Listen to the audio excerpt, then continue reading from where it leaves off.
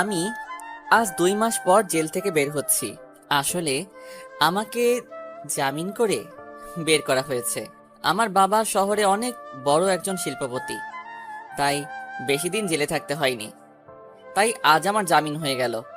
আমি জেলখানা থেকে বের হয়ে আনমনে হাঁটতে হাঁটতে বাসার দিকে আসছি, আর রিমির কথা ভাবছি। মেয়েটাকে আমি অনেক ভালোবাসতাম, কিন্তু মেয়েটা আমার ভালোবাসা কোনো দিন বুঝলো না। খুব ভালোবাসতাম রিমিকে। রিমি দেখতে একদম ডানাকাটা পরীর মতো, যাকে দেখলে যে কোনো ছেলে ক্রাশ খাবে। এবার আমার পরিচয়টা দিয়ে নেই। আমি আহনাফ ইসলাম আরিয়ান।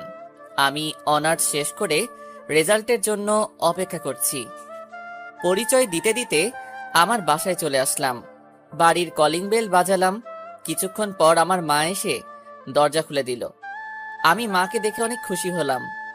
2 মাস পরে মাকে দেখলাম, কিন্তু মা আমাকে দেখে মুখটা মলিন করে কোনো কথা না বলে ভিতরে ঢুকে গেল। আজ আমার একটা অন্যায়ের জন্য মা আমার সাথে কথা বলল না। খুব খারাপ লাগছে। মা আমার সাথে কথা না বলে মুখে এক রাশ বিরক্ত নিয়ে চলে গেল আমার সামনে থেকে। আমি মার পিছু নিলাম। আমি আমার মাকে ডাকলাম, কিন্তু মা কোনো কথা বলছে না। এবার আমি দৌড়িয়ে মায়ের সামনে গেলাম। মা, কি হলো? আমার সাথে কথা বলছো না কেন? আমি তো রাগের মাথায় একটা ভুল করেছি, তাই বলে আমাকে এভাবে শাস্তি দেবে? আমার কোনো ছেলে নেই। আহনাফ নামে একটা ছেলে ছিল, কিন্তু 2 মাস আগে সে মারা গেছে আমার কাছে। তুই আমার ছেলে না, তোর ওই পাপী চেহারা আমাকে দেখাবি না। আর তোর এই নোংরা মুখে আমাকে কোনোদিন মা বলে ডাকবি না। তাই বলে মা কান্না করতে করতে চলে গেল রুমে। এবার মায়ের কথা শুনে আমার দু চোখ বেয়ে অঝোর ধারায় পানি পড়তে থাকলো। শেষ পর্যন্ত আমার মা আমাকে দূরে ঠেলে দিল। খুব কষ্ট হচ্ছে, তাই রুমে এসে দরজা বন্ধ করে অনেকক্ষণ কান্না করলাম। কান্না করতে করতে কখন যে ঘুমিয়ে পড়েছি নিজেই জানি না। ঘুম ভাঙলো দরজার ঠক ঠক শব্দে। আমি উঠে দরজা খুলে দিলাম। দরজা খুলে দেখি বাবা দাঁড়িয়ে আছে। আমি বাবাকে দেখে কান্না করে দিলাম আর বাবাকে জড়িয়ে ধরলাম। আসলে বাবার সাথে আমি খুব ফ্রি ছিলাম। কান্না করিস না, সব ঠিক হয়ে যাবে। আর কাল থেকে তুই অফিসে জয়েন করবি, তারপর দেখবি সব ঠিক হয়ে যাবে। আচ্ছা বাবা, তুমি যা বলবে তাই হবে। আর একটা কথা তোকে না জানিয়ে আমি বড় একটা সিদ্ধান্ত নিয়েছি। আশা করি তুই আমার কথা রাখবি। বলো বাবা, আমি তোমার সব কথা রাখবো। আমি তোর সাথে রিমির বিয়ে ঠিক করেছি, কারণ তোর জন্য রিমির জীবন নষ্ট হোক আমি তা চাই না। তাই আমি এই সিদ্ধান্তটা নিয়েছি। তুমি যা ভালো বোঝো তাই করো। আপনারা ভাবছেন এই রিমিটা কে? আসুন 2 মাস আগের কাহিনী বলছি। সকালে ঘুমিয়ে আছি, হঠাৎ ফোনের শব্দে ঘুম ভেঙে গেল। আমি বিরক্ত হয়ে ফোনটা রিসিভ করলাম। দেখি আমার বন্ধু ফোন দিয়েছে।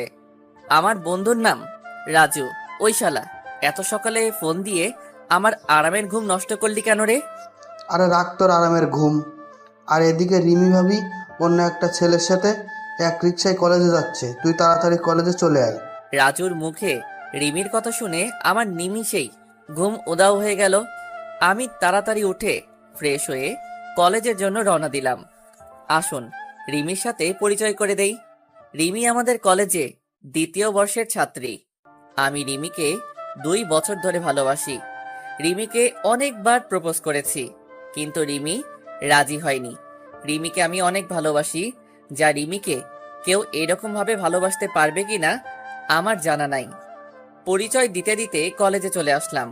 এসে দেখি রিমি একটা ছেলের পাশে বসে আছে আর হেসে কথা বলছে। আমার মাথায় প্রচন্ড রাগ উঠে গেল।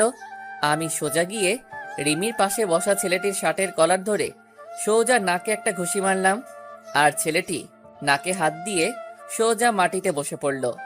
ওই তোরে বলছি না কোনো ছেলের সাথে যেন না মিশতে, তারপরেও তুই কেন ওই ছেলের সাথে কথা বলছিস?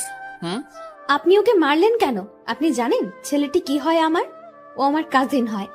আসলে আপনাদের মতো এমন বখাটেদের জন্য আমাদের মতো মেয়েরা আজ অসুরক্ষিত। আপনি একটা বখাটে, আর যাই হোক আপনাকে ভালোবাসা যায় না। রিমি, আমি সরি। আমি তোমাকে অনেক ভালোবাসি, আর সেই জন্য তোমার পাশে আমি কাউকে সহ্য করতে পারি না। প্লিজ আমাকে ক্ষমা করে দাও। আমি কোনো রাস্তার বখাটে মাস্তানকে ভালোবাসতে পারবো না, যে কিনা রাস্তার কুকুরের মতো মেয়েদের পেছনে পড়ে থাকে। তাই বলে রিমি চলে গেল কলেজ থেকে। রিমির কথা শুনে খুব কষ্ট হতে লাগলো। যাকে আমি নিঃস্বার্থভাবে ভালোবাসলাম সে আমাকে রাস্তার কুকুর বলল। কিন্তু হঠাৎ করে মাথায় প্রচন্ড রাগ উঠে গেল। আমাকে রাস্তার বখাটে মাস্তান বলল। আমি যদি বখাটে মাস্তান হই তাহলে বখাটের মতোই রিমির ভালোবাসা আদায় করে নিব। কাল রিমিকে দেখাবো বখাটেরা কিভাবে ভালোবাসে। পরের দিন সকালে রিমির জন্য অপেক্ষা করছি রাস্তায়। আজ রিমিকে বখাটে বলার শাস্তি পেতে হবে। কিছুক্ষণ পর রিমি আসলো, তবে আজ একা এসেছে। আমি কোনো কথা না বলে রিমিকে জোর করে তুলে নিয়ে বাইকে বসিয়ে প্রচন্ড স্পিডে বাইক চালিয়ে একটা পুরনো ভাঙা ঘরে নিয়ে চলে আসলাম। আসার সময় রিমি অনেক চিৎকার করছিল আর অনেক ভয় পেয়ে গিয়েছিল। রিমি দেখো, আমি তোমাকে অনেক ভালোবাসি। তোমাকে আমি কোনো হার্ট করতে চাই না। তোমাকে আমি 2 বছর ধরে ভালোবাসি। কোনোদিন তোমার সাথে খারাপ ব্যবহার করিনি, তাহলে কেন আমাকে ভালোবাসতে পারবে না? তুমি বখাটে মাস্তান তা তোমার এমন আচরণেই বোঝা যায়। তুমি যদি আমায় সত্যিই ভালোবাসতে তাহলে আমাকে এমন ভাবে তুলে নিয়ে আসতে পারতে না, কারণ এগুলো রাস্তার বখাটেগুলোই পারে এমন কাজ করতে, যার কারণ তার মা বাবা তাকে ঠিকভাবে কোনোদিন শাসন করেনি। তুমি এরকম, তাহলে তোমার বাবা মা কিরকম হবে আল্লাহই জানে। এবার আমার মাথায় রাগ উঠে গেল। তুই আমাকে যা বলার বল, কিন্তু আমার মা বাবাকে তুই কেন মাঝখানে তুললি? কেন? আমি এবার রিমিকে শরীরের সব শক্তি দিয়ে রিমিকে একটা চড় মারলাম, আর রিমি পাশে পড়ে গেল। আমি তখন রিমির কাছে গিয়ে রিমির শরীর থেকে ওড়না ছুঁড়ে ফেলে দিয়ে রিমির উপর শারীরিক অত্যাচার করলাম। আমাদের ভাষায় যাকে বলে ধর্ষণ। হ্যাঁ, আমি রিমিকে ধর্ষণ করেছি। আমাকে বখাটে বলে, মাস্তান বলে আমার মা বাবাকে গালি দেয়। রিমি আমাকে আটকানোর অনেক চেষ্টা করেছিল, কিন্তু পারেনি। আমার শক্তির সাথে রিমি আমার পা পর্যন্ত ধরেছিল, কিন্তু আমার সেই সময় মাথায় প্রচন্ড রাগ উঠেছিল। রিমি একভাবে কান্না করেই যাচ্ছে। কিছুক্ষণ পর সেখানে কিছু মানুষ আসলো। হয়তো রিমির চিৎকার শুনে মানুষ চলে এসেছে। মানুষগুলো আমাকে একসময় মারতে লাগলো। তারপর আমার আর কিছু মনে নেই। যখন জ্ঞান ফিরে তখন আমি জেলখানায়। তারপর আমার বাবা আসলো। বাবা সব কাহিনী শুনতে চাইলো। বাবাকে আমি সব খুলে বললাম। বাবা বলল, তুই চিন্তা করিস না, আমি তোকে যত তাড়াতাড়ি সম্ভব জামিন করিয়ে নিয়ে যাব। আমি জেলে থাকতে রিমিডার কোনো খোঁজ খবর পাইনি। এমনকি আমার মা আমাকে দেখতে আসেনি। বাবা মাঝে মাঝে আসতো আমাকে দেখতে, আর তার 2 মাস পর জামিন হয়ে যায়। আর তার পরের কাহিনী সব আপনারা তো জানেন। পরের দিন ঘুম থেকে উঠে ফ্রেশ হয়ে গুছিয়ে অফিসে যাওয়ার প্রস্তুতি নিচ্ছি। সবকিছু গুছিয়ে নিচে এসে দেখি মা বাবা সবাই একসাথে নাস্তা করছে। আমি যেই নাস্তা করার জন্য টেবিলে বলতে যাব, তখনই আমার মা নাস্তা রেখে উঠে চলে গেল। নিজের প্রতি খুব খারাপ লাগছে। আমার জন্য মা নাস্তা না করে উঠে চলে গেল। মা আমার সাথে কথা বলা বন্ধ করে দিয়েছে। তারপর আমিও নাস্তা না করে বাবার সাথে অফিসে চলে গেলাম। অফিসে এসে সবার সাথে পরিচয় হয়ে নিলাম। দিনটা খুব ভালো কাটলো। হঠাৎ করে বাবা আমার ডেস্কে আসলো। আগামী শুক্রবার তোর বিয়ের প্রস্তুতি নিয়ে রাখছি। দেখতে দেখতে শুক্রবার চলে আসলো। কোনো আয়োজন বাদেই বিয়ে হয়ে গেল। শুধু 2 পরিবারের মানুষ ছিল, আর কেউ ছিল না। আমি এখন বাসর ঘরের সামনে দাঁড়িয়ে আর ভাবছি রিমির সামনে কোন মুখ নিয়ে যাব। রিমি কোনোদিন মেনে নিতে পারবে আমাকে? তারপর 3 টাকার সাহসে নিয়ে রুমে ঢুকে পড়লাম, কারণ রিমিকে বিয়ে করার ব্যাপারে কোনো আপত্তি ছিল না, কারণ রিমিকে আমি ভালোবাসতাম। আর আমার রাগের কারণে রিমির জীবনটা নষ্ট হয়ে গেল। রুমে ঢুকে দেখি রিমি বসে বসে কান্না করছে।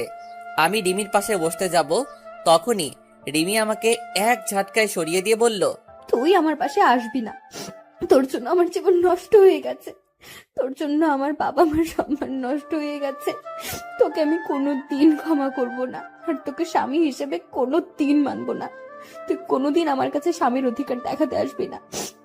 রিমি, আমি তোমাকে এর আগেও ভালোবাসতাম, আর এর পরেও ভালোবাসবো।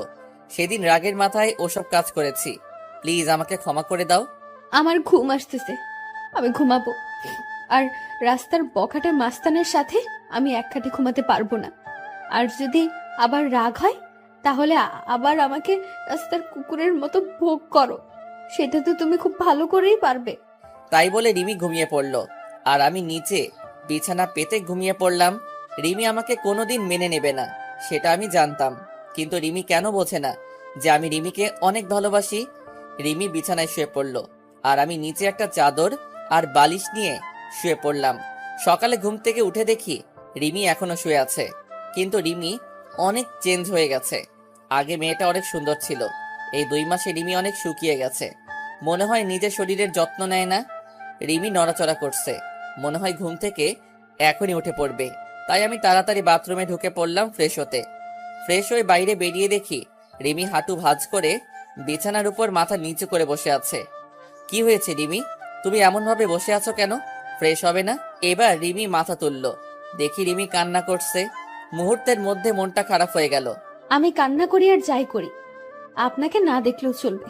যে মানুষটা আমার সবকিছু শেষ করে দিয়েছে, আমার স্বপ্ন, আশা, ইজ্জত, যে মানুষটা নিমেষেই সব শেষ করে দিয়েছে, তার সাথে আমার এক রুমে থাকতে হচ্ছে।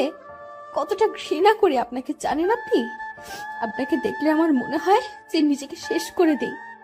আর আজ পরিস্থিতির কারণে আপনি আমার স্বামী, তাই আমি আমার মতো থাকবো, আর আপনি আপনার মতো। আর যদি রাস্তার কুকুরদের মতো যদি আবার আমাকে ভোগ করতে চান, তাহলে করতে পারেন, কারণ বিয়ের আগে আপনি একটা মেয়ের বেঁচে থাকার সম্বলকে ছিনিয়ে নিয়েছেন। তাই আপনাকে আমি ঘৃণা করি, আর আজীবন ঘৃণা করব। আমি কোনো কথা না বলে সোজা বাইরে চলে আসলাম। কিছুক্ষণ হেঁটে বাসায় আসলাম, আর ভাবতে লাগলাম রিমিকে কোনোদিন ইচ্ছার বিরুদ্ধে স্পর্শ করব না। মেয়েটা এই 2 মাস অনেক অপমান সহ্য করতে হয়েছে, তাই রিমি যেন সুখে থাকে, তাই তাকে তার মতো থাকতে দেব। বাসায় এসে দেখি মা আর রিমি রুমে রান্না করছে। মা আর রিমি তারা দুজনে হেসে হেসে কথা বলছে। মনটা ভালো হয়ে গেল যে রিমি মাকে আপন করে নিয়েছে। আমি সোজা রুমে চলে আসলাম, এসে গুছিয়ে নিলাম, অফিস যেতে হবে। ব্যাগ নিয়ে নিচে এসে দেখি মা আর রিমি একসাথে বসে নাস্তা করছে। আমি একটু না অনেক অবাক হলাম, কারণ মা আমাকে ছাড়া কোনোদিন নাস্তা করেনি। খুব কষ্ট হতে লাগলো। দেখলাম আমার নাস্তাটা টেবিলের একপাশে রাখা আছে। আমি একবার রিমি আর একবার মায়ের দিকে তাকালাম, দেখি তারা মাথা নিচু করে নাস্তা করছে। আমার ভীষণ রাগ হতে লাগলো, কারণ তারা আমাকে একবারও ডাকলো না নাস্তা করতে। তাই আমি নাস্তা না করেই অফিসে চলে গেলাম। গিয়ে আব্বুর সাথে সবকিছু দেখাশোনা করতে থাকলাম। আমি এখন আর বন্ধুদের সাথে তেমন বেড়াই না। দুপুরে লাঞ্চ টাইমে আমি আর বাবা গাড়িতে করে বাসায় আসলাম দুপুরের খাবার খেতে। আমি আর বাবা টেবিলে বসলাম, দেখলাম বাবাকে প্লেট ভাত সবকিছু এগিয়ে দিচ্ছে মা আর রিমি, কিন্তু আমার সামনে কেউ কিছু দিচ্ছে না। সবাই দুপুরের খাবার খাওয়া শুরু করে দিলে কিন্তু আমার উপর কোনো কারোর নজর নেই। খুব কষ্ট হতে লাগলো যে মা আমাকে খাবার না দিয়ে কোনোদিন খাইনি, আর আজ এটা কি হলো। খুব হাসি পাচ্ছে, আর বুকের মধ্যে চিনচিন করে ব্যথা করছে। তখন বাবা আমার দিকে একটা প্লেট এগিয়ে দিল, আর কিছু ভাত দিল। আমি না খেয়ে উঠে পড়লাম আর বাইরে চলে আসলাম। এখন আর অফিসে যাব না, তাই বাইরে গিয়ে কিছু খেয়ে 1 প্যাকেট সিগারেট কিনলাম আর চলে আসলাম আমাদের পুরনো আড্ডাখানায়। সেখানে রাত 10টা পর্যন্ত আড্ডা দিয়ে বাড়ির দিকে রওনা দিলাম। রাস্তায় একটা ফুচকার দোকান দেখলাম। আগে রিমি ফুচকা খুব পছন্দ করত, তাই রিমির জন্য কিছু ফুচকা নিলাম। তারপর বাসায় চলে আসলাম। রুমে এসে দেখি রিমি টিভি দেখছে। আমি রিমির দিকে প্যাকেটটা বাড়িয়ে দিলাম। রিমি একবার প্যাকেটের দিকে তাকিয়ে আবার টিভি দেখায় মনোযোগ দিল। কি হলো, ধরো, তুমি তো আগে প্রচুর ফুচকা খেতে। নাও, তোমার জন্য নিয়ে আসলাম। আপনাকে বলেছি না, আমার বিষয়ে আপনার কোনো অধিকার ফলানোর চেষ্টা করবেন না। আর আপনি কি ভাবছেন আপনার হাতের জিনিস আমি খাবো? ভাবলেন কিভাবে? আপনার ওই নোংরা হাতে আমি কোনোদিন 20 পর্যন্ত খাবো না। যে একটা মেয়ে সম্মান দিতে পারে না, তার হাতের জিনিস খেলে আমার পাপ হবে। যত সব রাস্তার কুত্তা, বখাটে মাস্তান। আবার আপনাকে গালি দিলাম, এখন তো আর জোর করে কোনো মেয়েকে ধর্ষণ করতে হবে না, আর সে চাইলেই আর আটকাতে পারবে না। আমি আর কোনো কথা বললাম না। প্যাকেটটা টেবিলের উপর রেখে আমি ফ্রেশ হতে চলে গেলাম। ফ্রেশ হয়ে এসে দেখি রিমি ঘুমায় পড়ছে। আমি কিছুক্ষণ রিমির দিকে তাকিয়ে শুয়ে পড়লাম, কারণ রিমি যতই আমাকে গালাগালি দিক, এসবের জন্য দায়িত্ব আমি, আর আমি রিমিকে অনেক ভালোবাসি। এভাবে কিছুদিন চলে গেল। এই কয়দিন মা আমার সাথে একবারও কথা বলেনি, আর রিমি কথা বললেই গালাগালি দিত আর অবহেলা করত। আমি আর সহ্য করতে পারতি না আপনজনের অবহেলাগুলো। আমি এই কয়দিন বাড়িতে খাবার খাইনি, কিন্তু কেউ একবারও জিজ্ঞাসা করেনি কিছু খাইছি কিনা। আজ অফিসে বসে কাজ করছি, আর তখন বাবা এসে বলল রিমি নাকি হঠাৎ করে শরীর খারাপ হয়েছে, মাথা ঘুরে পড়ে গেছে। আমি আর বাবা তাড়াতাড়ি গাড়ি নিয়ে বাসায় চলে আসলাম। এসে দেখি রিমি আর মা রিমির সাথে কথা বলতেছে। রিমি বিছানায় শুয়ে আছে আর মা রিমির মাথায় হাত বুলিয়ে দিচ্ছে। আমি আসা মাত্রই মা রুম থেকে চলে গেল। আমি গিয়ে রিমির পাশে বসলাম, আর রিমি একটু দূরে সরে গেল। কি হয়েছে তোমার? বাবা বলল তোমার শরীর খারাপ। কি হলো বলো, কি হয়েছে? বড় সমস্যা হলে ডাক্তারের কাছে নিয়ে যাব। আমি মা হতে চলেছি। কি?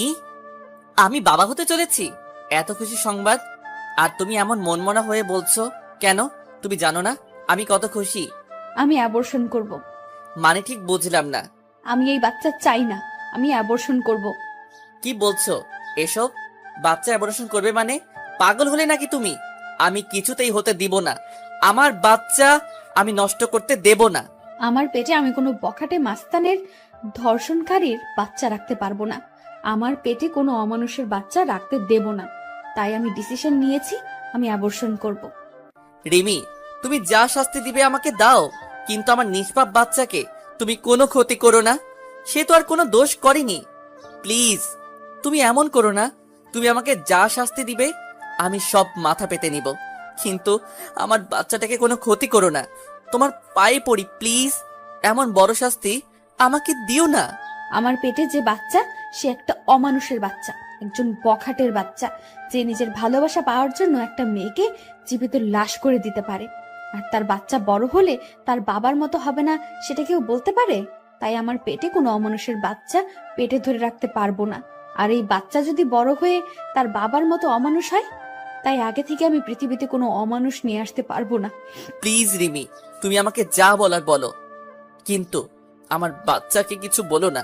আমি তোমাকে কথা দিলাম, আমার বাচ্চা পৃথিবীর আলো দেখার সাথেই তোমার থেকে অনেক দূরে নিয়ে যাব। আমার বাচ্চার চেহারা পর্যন্ত তোমাকে দেখতে দেব না। তার আগে আমি সবকিছু ছেড়ে চলে যাব। আমার কান্না দেখে রিমির হয়তো কিছুটা মায়া হলো, তাই সে আর কিছু বলল না। আমার সামনে থেকে উঠে চলে গেল। আমি ওখানে বসে বসে ভাবছি, নিজের সন্তানকে কেউ কোনোদিন এভাবে বলে আমার কোনোদিন জানা ছিল না। রিমির সাথে না হয় আমি একটা অন্যায় করেছি, কিন্তু সে তো আমার বউ হয়। আমি তো রিমিকে বউয়ের মর্যাদা দিয়েছি, তাহলে কেন রিমি আমার সাথে এমন করছে? রিমিকে তো আমি অনেক ভালোবাসি। রিমি কেন বোঝে না? আমি বাইরে চলে আসলাম আর এক প্যাকেট সিগারেট নিলাম, নিয়ে ছাদে চলে আসলাম, আর মনের সব দুঃখ ধোঁয়ার সাথে উড়িয়ে দিচ্ছি। আমার সন্তান জন্ম নেওয়ার সাথে সাথে আমি সবার থেকে ওকে দূরে নিয়ে চলে যাব। কেউ যেন তাকে অমানুষের বাচ্চা না বলতে পারে। রিমি তো আমার সন্তানকে কোনো দিন মেনে নেবে না, তাই সবাইকে বোঝার আগে আমি আমার সন্তানকে নিয়ে অনেক দূরে চলে যাব। চাইলেই আর খুঁজে পাবে না। সিগারেট শেষ করে নিচে আসলাম। এসে দেখি সবাই একসাথে বসে রাতের খাবার খাচ্ছে। আমার মনটা আবার খারাপ হয়ে গেল। আজকেও আমাকে না ডেকে সবাই একসাথে খাওয়া শুরু করে দিয়েছে। আমি আমার রুমের দিকে যাচ্ছি, তখন বাবা আমাকে ডাকলো খাবার খেতে। আমার ক্ষুধা নাই বলে রুমে চলে আসলাম। আমার মায়ের কাছে আমি এতটাই ঘৃণার পাত্র হয়ে গেলাম যে আমার সাথে এই কয়টা দিন একটা কথাও বলেনি। আমি নিচে বিছানায় পেতে শুয়ে পড়লাম। কখন যে ঘুমিয়ে পড়েছি ঠিক নেই। সকালে উঠে দেখি রিমি খাটের উপর নেই, হয়তো নিচে গেছে। আমি উঠে ফ্রেশ হয়ে নাস্তা না করে অফিসে চলে আসলাম। বিকালে অফিস শেষে বাসায় আসার সময় রিমির জন্য কিছু জিনিস নিয়ে নিলাম। কিছু ফল আর মাদার হরলিক্স আর অন্যান্য মায়ের শরীরের উপকারে আসে সব কিছু নিয়ে আসছি। তখন অঝোর ধারায় বৃষ্টি হতে লাগলো। আজ খুব বৃষ্টিতে ভিজতে ইচ্ছা করছে। অনেকদিন বৃষ্টিতে গোসল করিনি। আমার আবার বৃষ্টিতে ভিজলে জ্বর ঠান্ডা লাগে। আমি কোনো কিছু না ভেবে একভাবে হেঁটে চলেছি। বাসায় এসে কলিং বেল বাজালাম, দেখি আব্বু দরজা খুলে দিছে। কিরে, তুই বৃষ্টিতে কেন ভিজছস? তোর জ্বর আসবে। কিছু হবে না, অনেকদিন পর বৃষ্টিতে ভিজেছি তাই ভালো লাগছে। আমার রুমে চলে আসলাম। এসে দেখি রিমি জানালার গ্রিল ধরে এক মনে বাইরে তাকিয়ে আছে। আমি রিমিকে ডাক দিলাম। রিমি আমার দিকে তাকালো। আমি রিমির হাতে ফল আর হরলিক্সের প্যাকেটটা দিতে যাব, তখন রিমি চিৎকার করে রেগে বলল, আপনাকে এইসব আনতে বলেছে কে? এসব ঢঙের কোনো দরকার নেই। আমার জীবনটা শেষ করে এখন নাটক করতে আসছে। যত সব ঢং দেখলে বাঁচি না। আর আপনি ভাবলেন কি করে একটা অমানুষের হাতের জিনিস আমি খাবো? যদি সারাদিন না খেয়েও থাকি তবুও আপনার মতো একটা মানুষের কোনো জিনিস খাবো না। রিমি, আমি এসব কিছু আনতে চাইনি, শুধু আমাদের বাচ্চাটার জন্য নিয়ে এসেছি। তুমি আমাকে যেভাবে শাস্তি দেবার দাও, আমাদের বাচ্চাটাকে কোনো শাস্তি দিও না। তুমি এগুলো আমার বাচ্চার জন্য নিয়মিত খাও।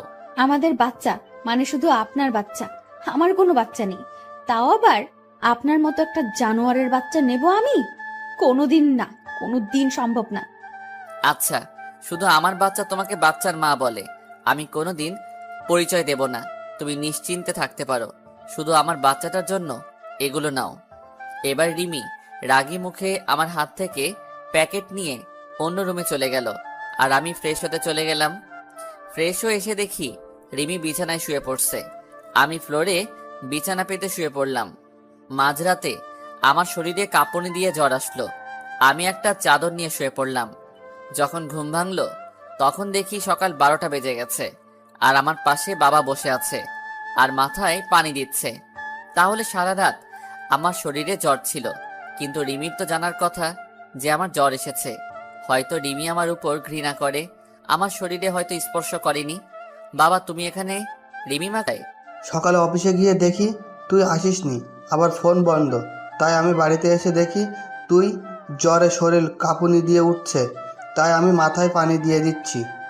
আসলে বাবা সব জানে যে রিমি আর মা আমার সাথে কথা বলে না, তাই হয়তো বাবা আমার খোঁজ খবর নিচ্ছে। আমার চোখ দিয়ে কয়েক ফোঁটা পানি বের হয়ে গেল। আমার মায়ের জন্য আমার উপর একটু মায়া হলো না।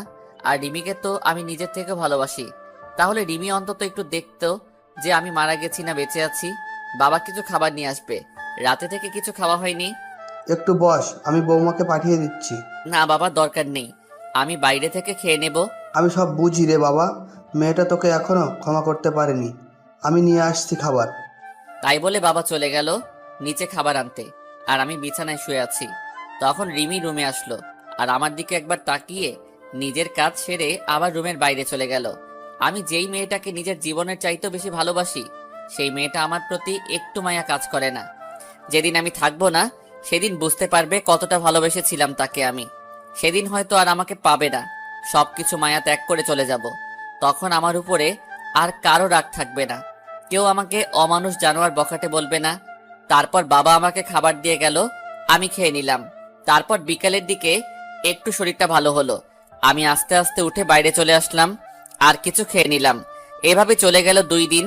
এই 2 দিন আমার শরীরে হালকা জ্বর ছিল, কিন্তু মা, রিমি কেউ আমাকে দেখেনি, সবাই অবহেলা করেছে। এখন কেমন যেন নিজেকে শেষ করে দিতে ইচ্ছা করছে।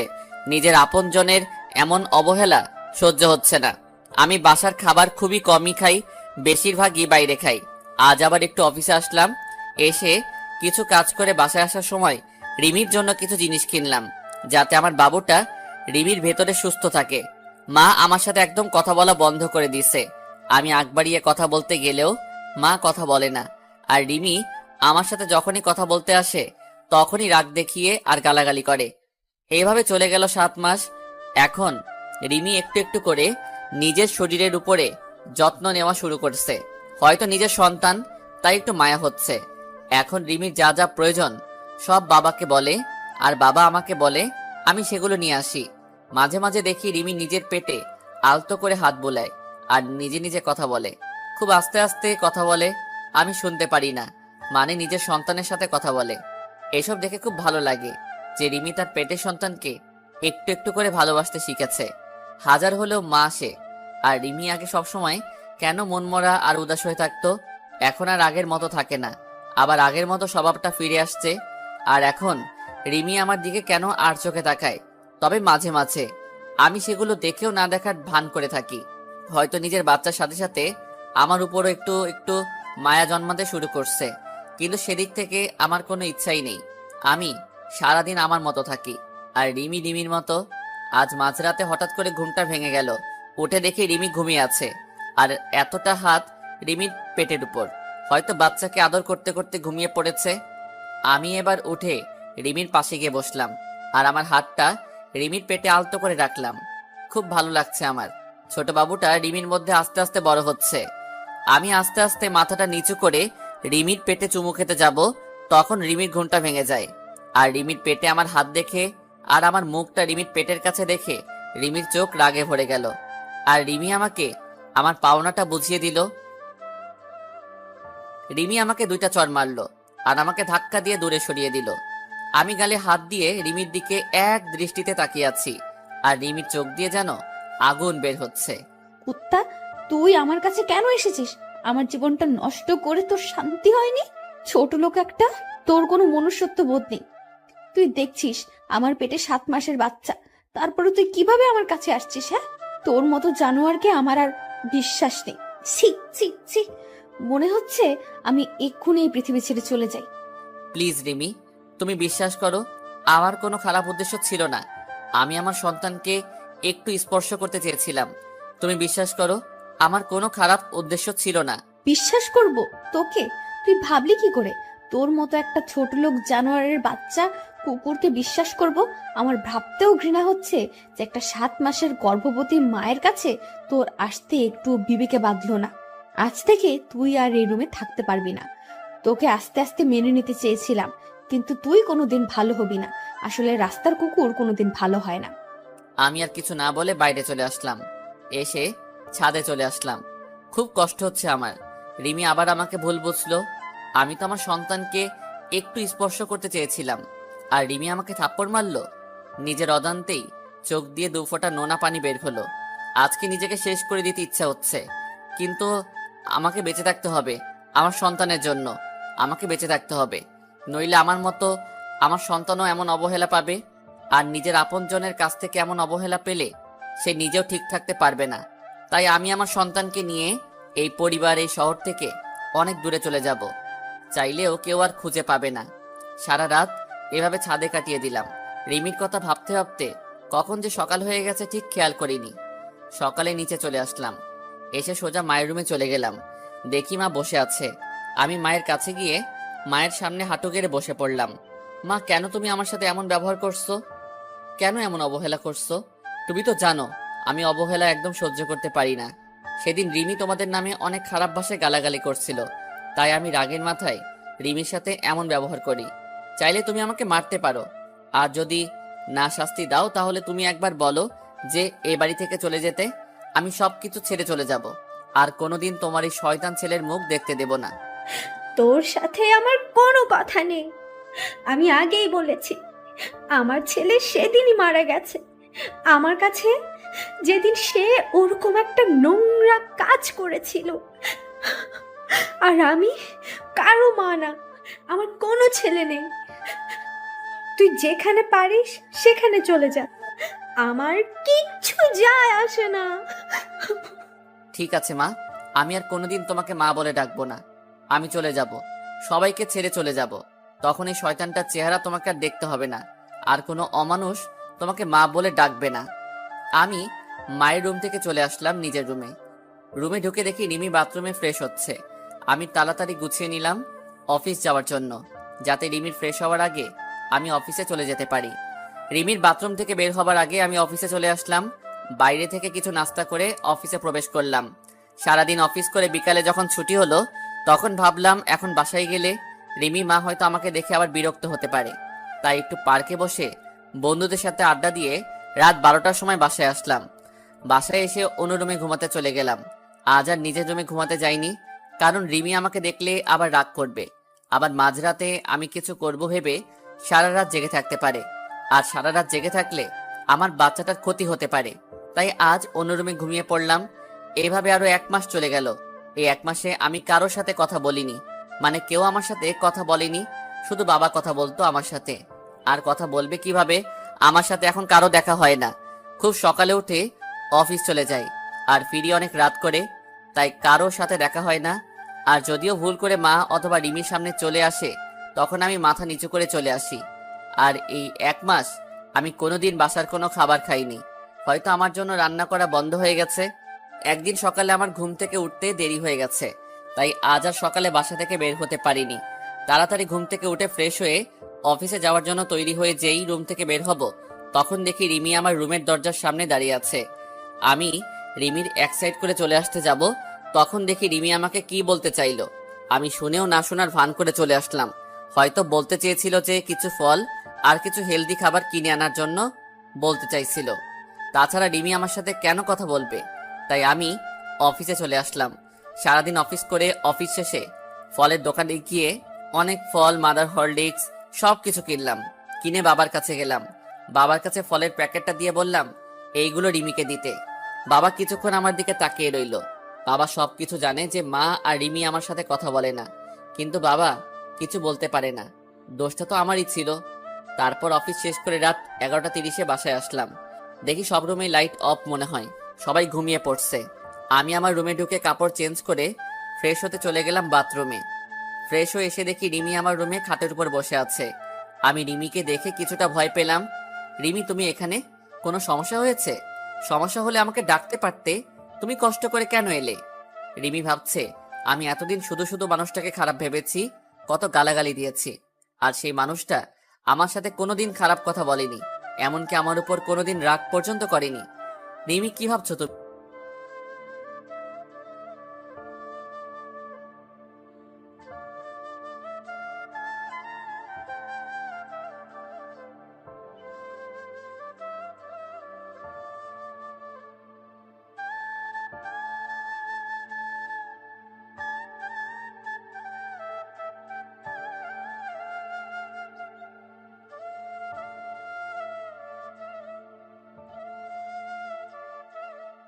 এখন কেউ আমাকে খাবার খেতে ডাকেনি, আর এখন না ডাকলেই চলবে। তুমি যাও, ঘুমিয়ে পড়ো। বেশি রাত জাগলে আমার সন্তানের আবার ক্ষতি হতে পারে, আর আমি চাই না আমার জন্য আমার সন্তানের কোনো ক্ষতি হোক। আসলে সেদিন রাতে আপনাকে ওইভাবে দেখে খুব ভয় আর রাগ উঠে গিয়েছিল, তাই আপনার সাথে সেদিন খারাপ ব্যবহার করেছিলাম। এখন আর ওগুলো নিয়ে আমি আর ভাবি না, সবকিছু অভ্যাস হয়ে গেছে। এখন আর মন খারাপ হয় না। তাই বলে আমি চাদর টেনে শুয়ে পড়লাম, আর রিমি মুখটা মলিন করে চলে গেল। আর আমি ভাবতে থাকলাম রিমি এতদিন পরে আমার সাথে কথা বলল, খুব ভালো লাগছে। রিমি তাহলে আমাকে ফিল করতে শুরু করেছে। কিন্তু আগেরকার কথা মনে পড়তেই সবকিছু অন্ধকার হয়ে গেল। রিমির বলা সেই পুরনো কথাগুলো মনে পড়তেই আবার আমার মনটা বিষণ্ণতায় ছেয়ে গেল। আমি তো মাকে কথা দিয়েছি যে সবকিছু ছেড়ে অনেক দূরে চলে যাব, আর মা আমাকে তার ছেলে বলে মানে না। যখন আমি কার জন্য এখানে থাকবো? তাই সবকিছু মাথা থেকে ঝেড়ে ঘুমিয়ে পড়লাম। সকালে ঘুম থেকে উঠে ফ্রেশ হয়ে অফিসের জন্য রওনা হব, তখন আবার রিমি আমার রুমে আসলো। আমি সেদিকে কোনো খেয়াল না করে বললাম, এত সকালে ঘুম থেকে উঠছো কেন? যাও, যে শুয়ে পড়ো। আর কিছু লাগলে বলতে পারো, বাবার কাছে কিনে পাঠিয়ে দেব। না মানে আপনি প্রতিদিন খুব সকালে অফিসে চলে যান, তাই জানতে আসলাম সকালের নাস্তাটুকু করেন না। বাবা তো যাই সকালে 9টার সময়, তাহলে আপনি এত সকালে যাচ্ছেন কেন? আমি তোমাকে বলেছি না আমার খাবার খাওয়া নিয়ে কারো চিন্তা করতে? মানা করেছি না? এই 1 বছর যেভাবে খেয়ে আসছি ঠিক এভাবে সারা জীবন খাবার খেতে পারবো। আর এত সকালে অফিস যাই কেন সেটা তুমি ভালো করেই জানো। আমাকে আর বলার প্রয়োজন মনে করি না। তুমি তো বলেছিলে যে আপনার ওই চেহারা যেন আমাকে আর না দেখান, তাই যতটা সম্ভব চেষ্টা করি না দেখানোর। এবার দেখি রিমি মাথা নিচু করে বসে আছে। হয়তো এমন কথা রিমি আমার কাছ থেকে আশা করেনি। আমি আর এক মুহূর্ত না দাঁড়িয়ে চলে আসলাম বাইরে। নিচে এসে দেখি টেবিলে সব নাস্তা রাখা আছে, হয়তো রিমি আমার জন্য তৈরি করেছিল। আমি রেস্টুরেন্ট থেকে কিছু নাস্তা করে অফিসে প্রবেশ করলাম। অফিসে কাজ করতে করতে দুপুরের খাবার সময় হয়ে গেল। সবাই লাঞ্চ করতে চলে গেছে, এমনকি বাবাও চলে গেছে বাসায় লাঞ্চ করতে। আর আমি নিজের ডেস্কে বসে আছি। তখনই আমার ফোনটা বেজে উঠল। আমি রিসিভ করলাম। একটা আননোন নাম্বার থেকে ফোন এসেছে। কোনো কাজ নেই, তাই ফোনটা রিসিভ করলাম। হ্যালো, আসসালামু আলাইকুম। ওয়ালাইকুম আসসালাম। কে বলছেন আপনি? আমি রিমি বলছি। আপনি দুপুরে লাঞ্চ করতে বাসায় আসছেন না? আসলে রিমি আমাকে এই প্রথম ফোন দিল তো, তাই নাম্বার আর কণ্ঠ চিনতে পারিনি। আর তার থেকে বেশি অবাক হলাম যে রিমি আমাকে ফোন করে লাঞ্চ করার জন্য বলছে। আমি বাইরে থেকে লাঞ্চটা করে নিয়েছি, আর আমি লাঞ্চ করেছি কিনা করেছি তা কেউ না ভাবলে খুশি হতাম। এতদিন যখন কেউ কোনো খোঁজ খবর রাখিনি, তাই এখনো খোঁজ খবর না রাখলে আমি না খেয়ে মরবো না। মিথ্যা বললাম। তাই বলে আমি ফোনটা রেখে দিলাম আর ভাবতে থাকলাম, হঠাৎ করে রিমি এত চেঞ্জ হলো কিভাবে? বুঝলাম না। সকালে নাস্তা করেছে কিনা, দুপুরে লাঞ্চ করেছে কিনা, সব জানতে চাইছে। এর কারণটা কি হতে পারে? হয়তো আমার উপর হালকা করুণা করছে, কিন্তু আমি কারো উপর করুণা হতে চাই না।